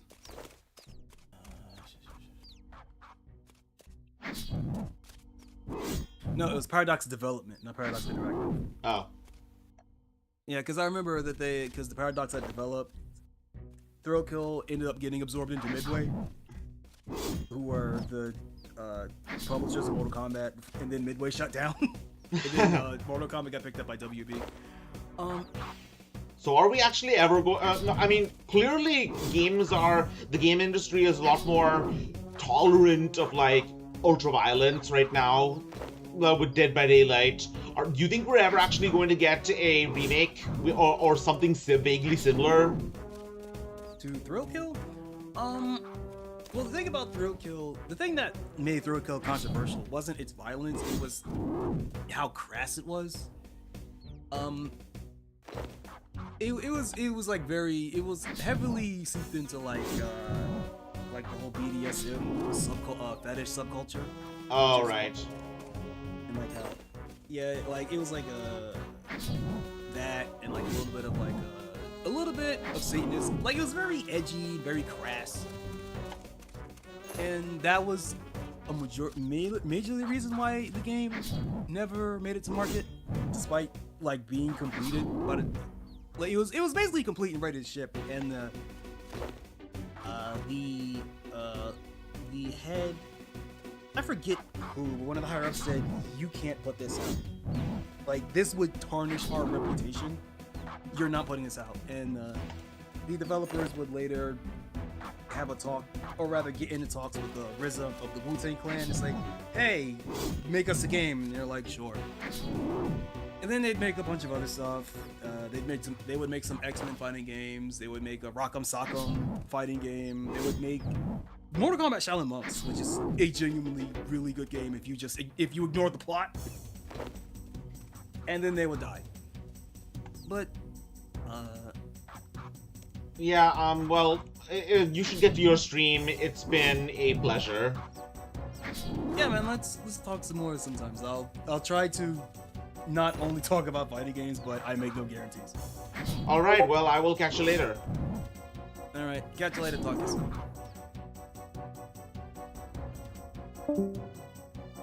Hold on a second. Ah, there he is. Hey man, happy birthday. Thank you so much. I can't really stay long because I'm still at work, but I'm glad I got the chance to at least pop by and say hi. Yeah. Thank you so much.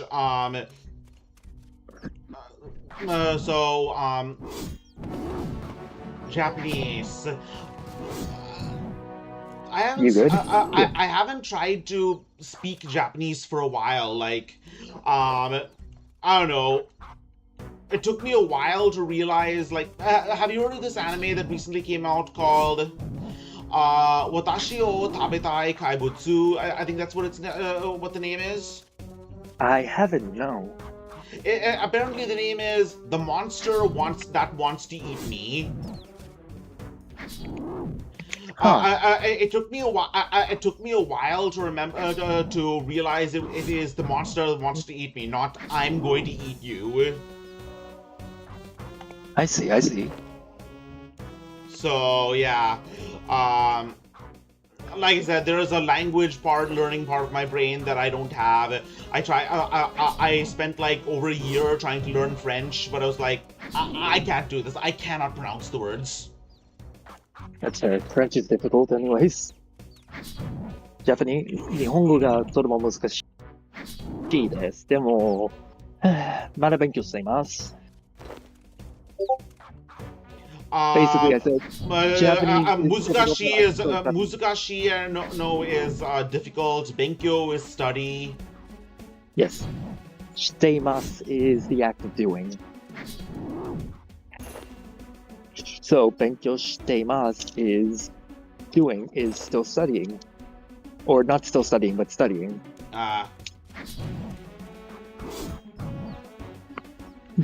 Has your birthday been going good?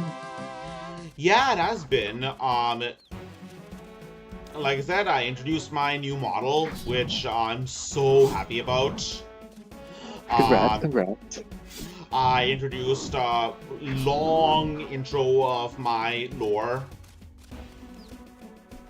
That's good.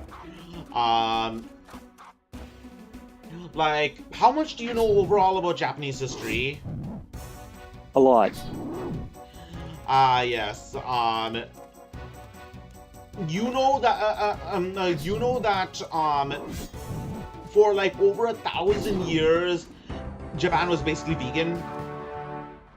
Yes, I did. Yeah, kind of. They didn't do animal agriculture, and of course, it wasn't enforceable in the Sengoku period, and apparently when the Jesuits came along, Christian converts actually had a feast with cow, but then the country got closed off, and one of the later Tokugawa shogunates put the ban back. I see. And then what's his name? Emperor Meiji ate meat. Ate meat. He was one of the first. And then a group of Buddhist monks actually broke into his palace and fell at his feet, begging him not to legalize it, saying it ruined the capture of the country. That's interesting to learn, honestly. That part I didn't know.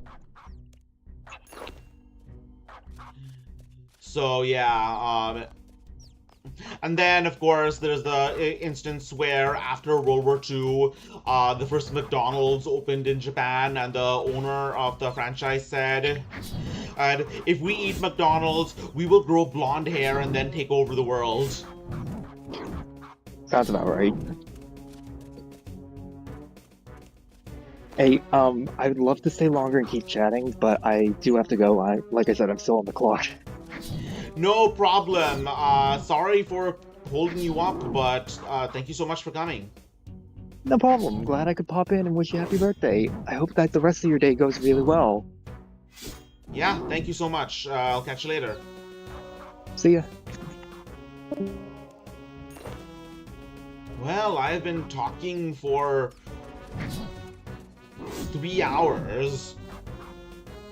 Like I said, I do intend to eventually go on for... My plan was eventually to go on for 5 hours in order to just give everyone who wanted to come on a chance. I ended up talking for like, I don't know, an hour with like 45 minutes with Malone and 45 minutes with Choco. I mean, I barely interacted with Choco for all this time, and then suddenly we were just talking like we were close friends. It's great. Choco's a cool guy. I don't know. I think some of the most interesting people are the people who are really passionate about like one thing, and then you can talk to those people and make friends with them by getting interested in the thing they talk about.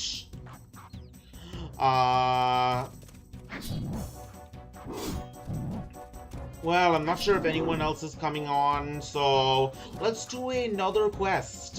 Let's do the Shield of Arab. I mean, the Shield of Arab was the quest where,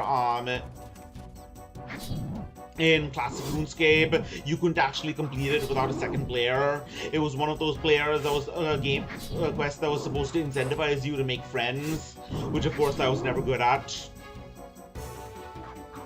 I'm not really a social MMO gamer.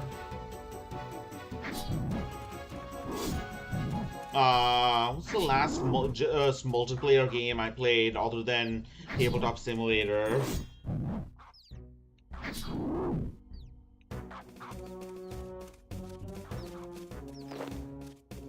Let's see, I think it was Deep Rock Galactic with Pivo.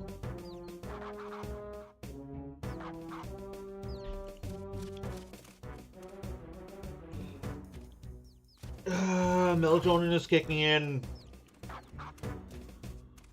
I think I'll go for 45 more minutes, like until 2 a.m. PST. So if anyone wants to drop in, now is your time.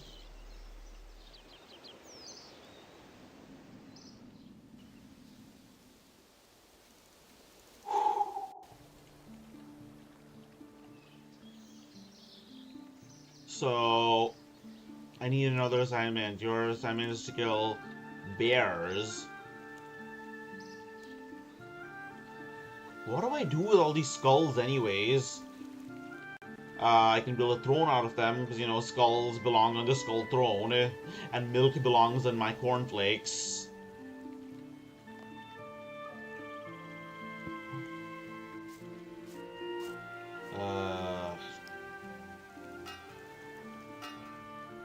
Yep, I am fading.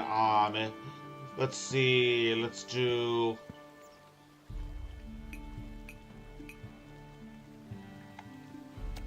Shield of Arrow, Shield of Arrow.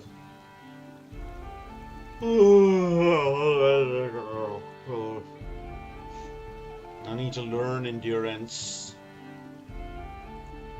I don't know if that's even the thing, learning endurance.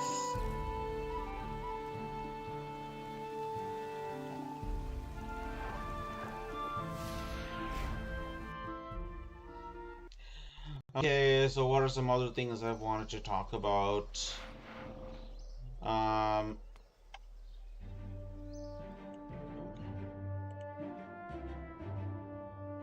Shield of Arrow, Shield of Arrow.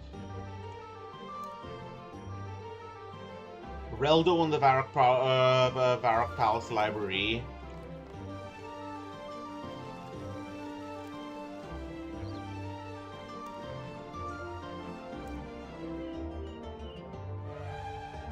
Let's see.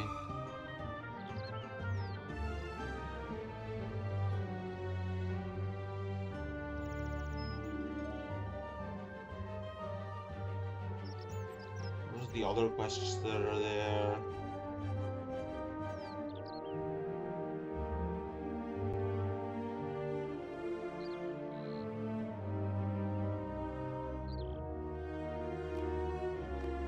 Ernest the Chicken.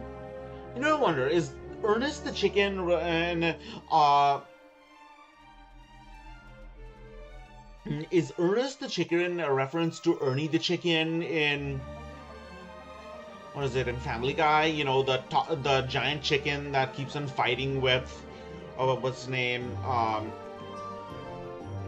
No, with Peter. Hello, stranger.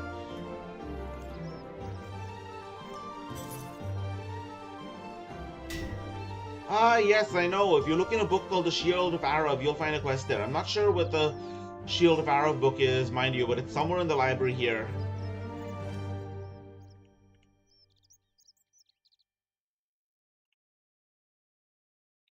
Alright, do we have the Dewey Decimal System here? Oh, Wildy.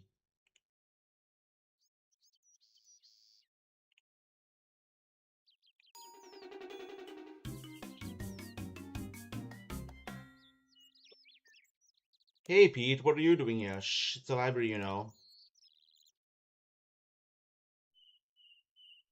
Who embraced the power of magic and used it to aid with 1,000 years or more at the time they called the Age of Kings. Wow. Yeah, I mean, I might eventually start making RuneScape lore videos. I mean, sometimes it can get pretty convoluted, but other times it can actually get pretty interesting. What's the lore we've gone over so far? We have Cook's Assistant, Restless Ghost, Sheep Shearer,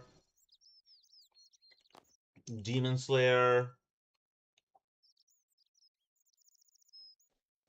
Dagon High.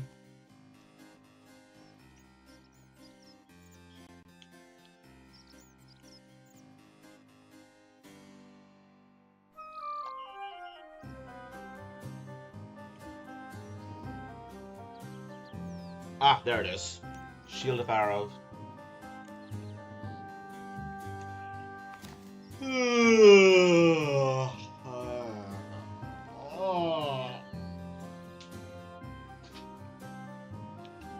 Arab is probably the best known hero of the Fourth Age. Many legends are told of his heroics. One surviving artifact of the Fourth Age is a fabulous shield. The shield belonged to... screw it.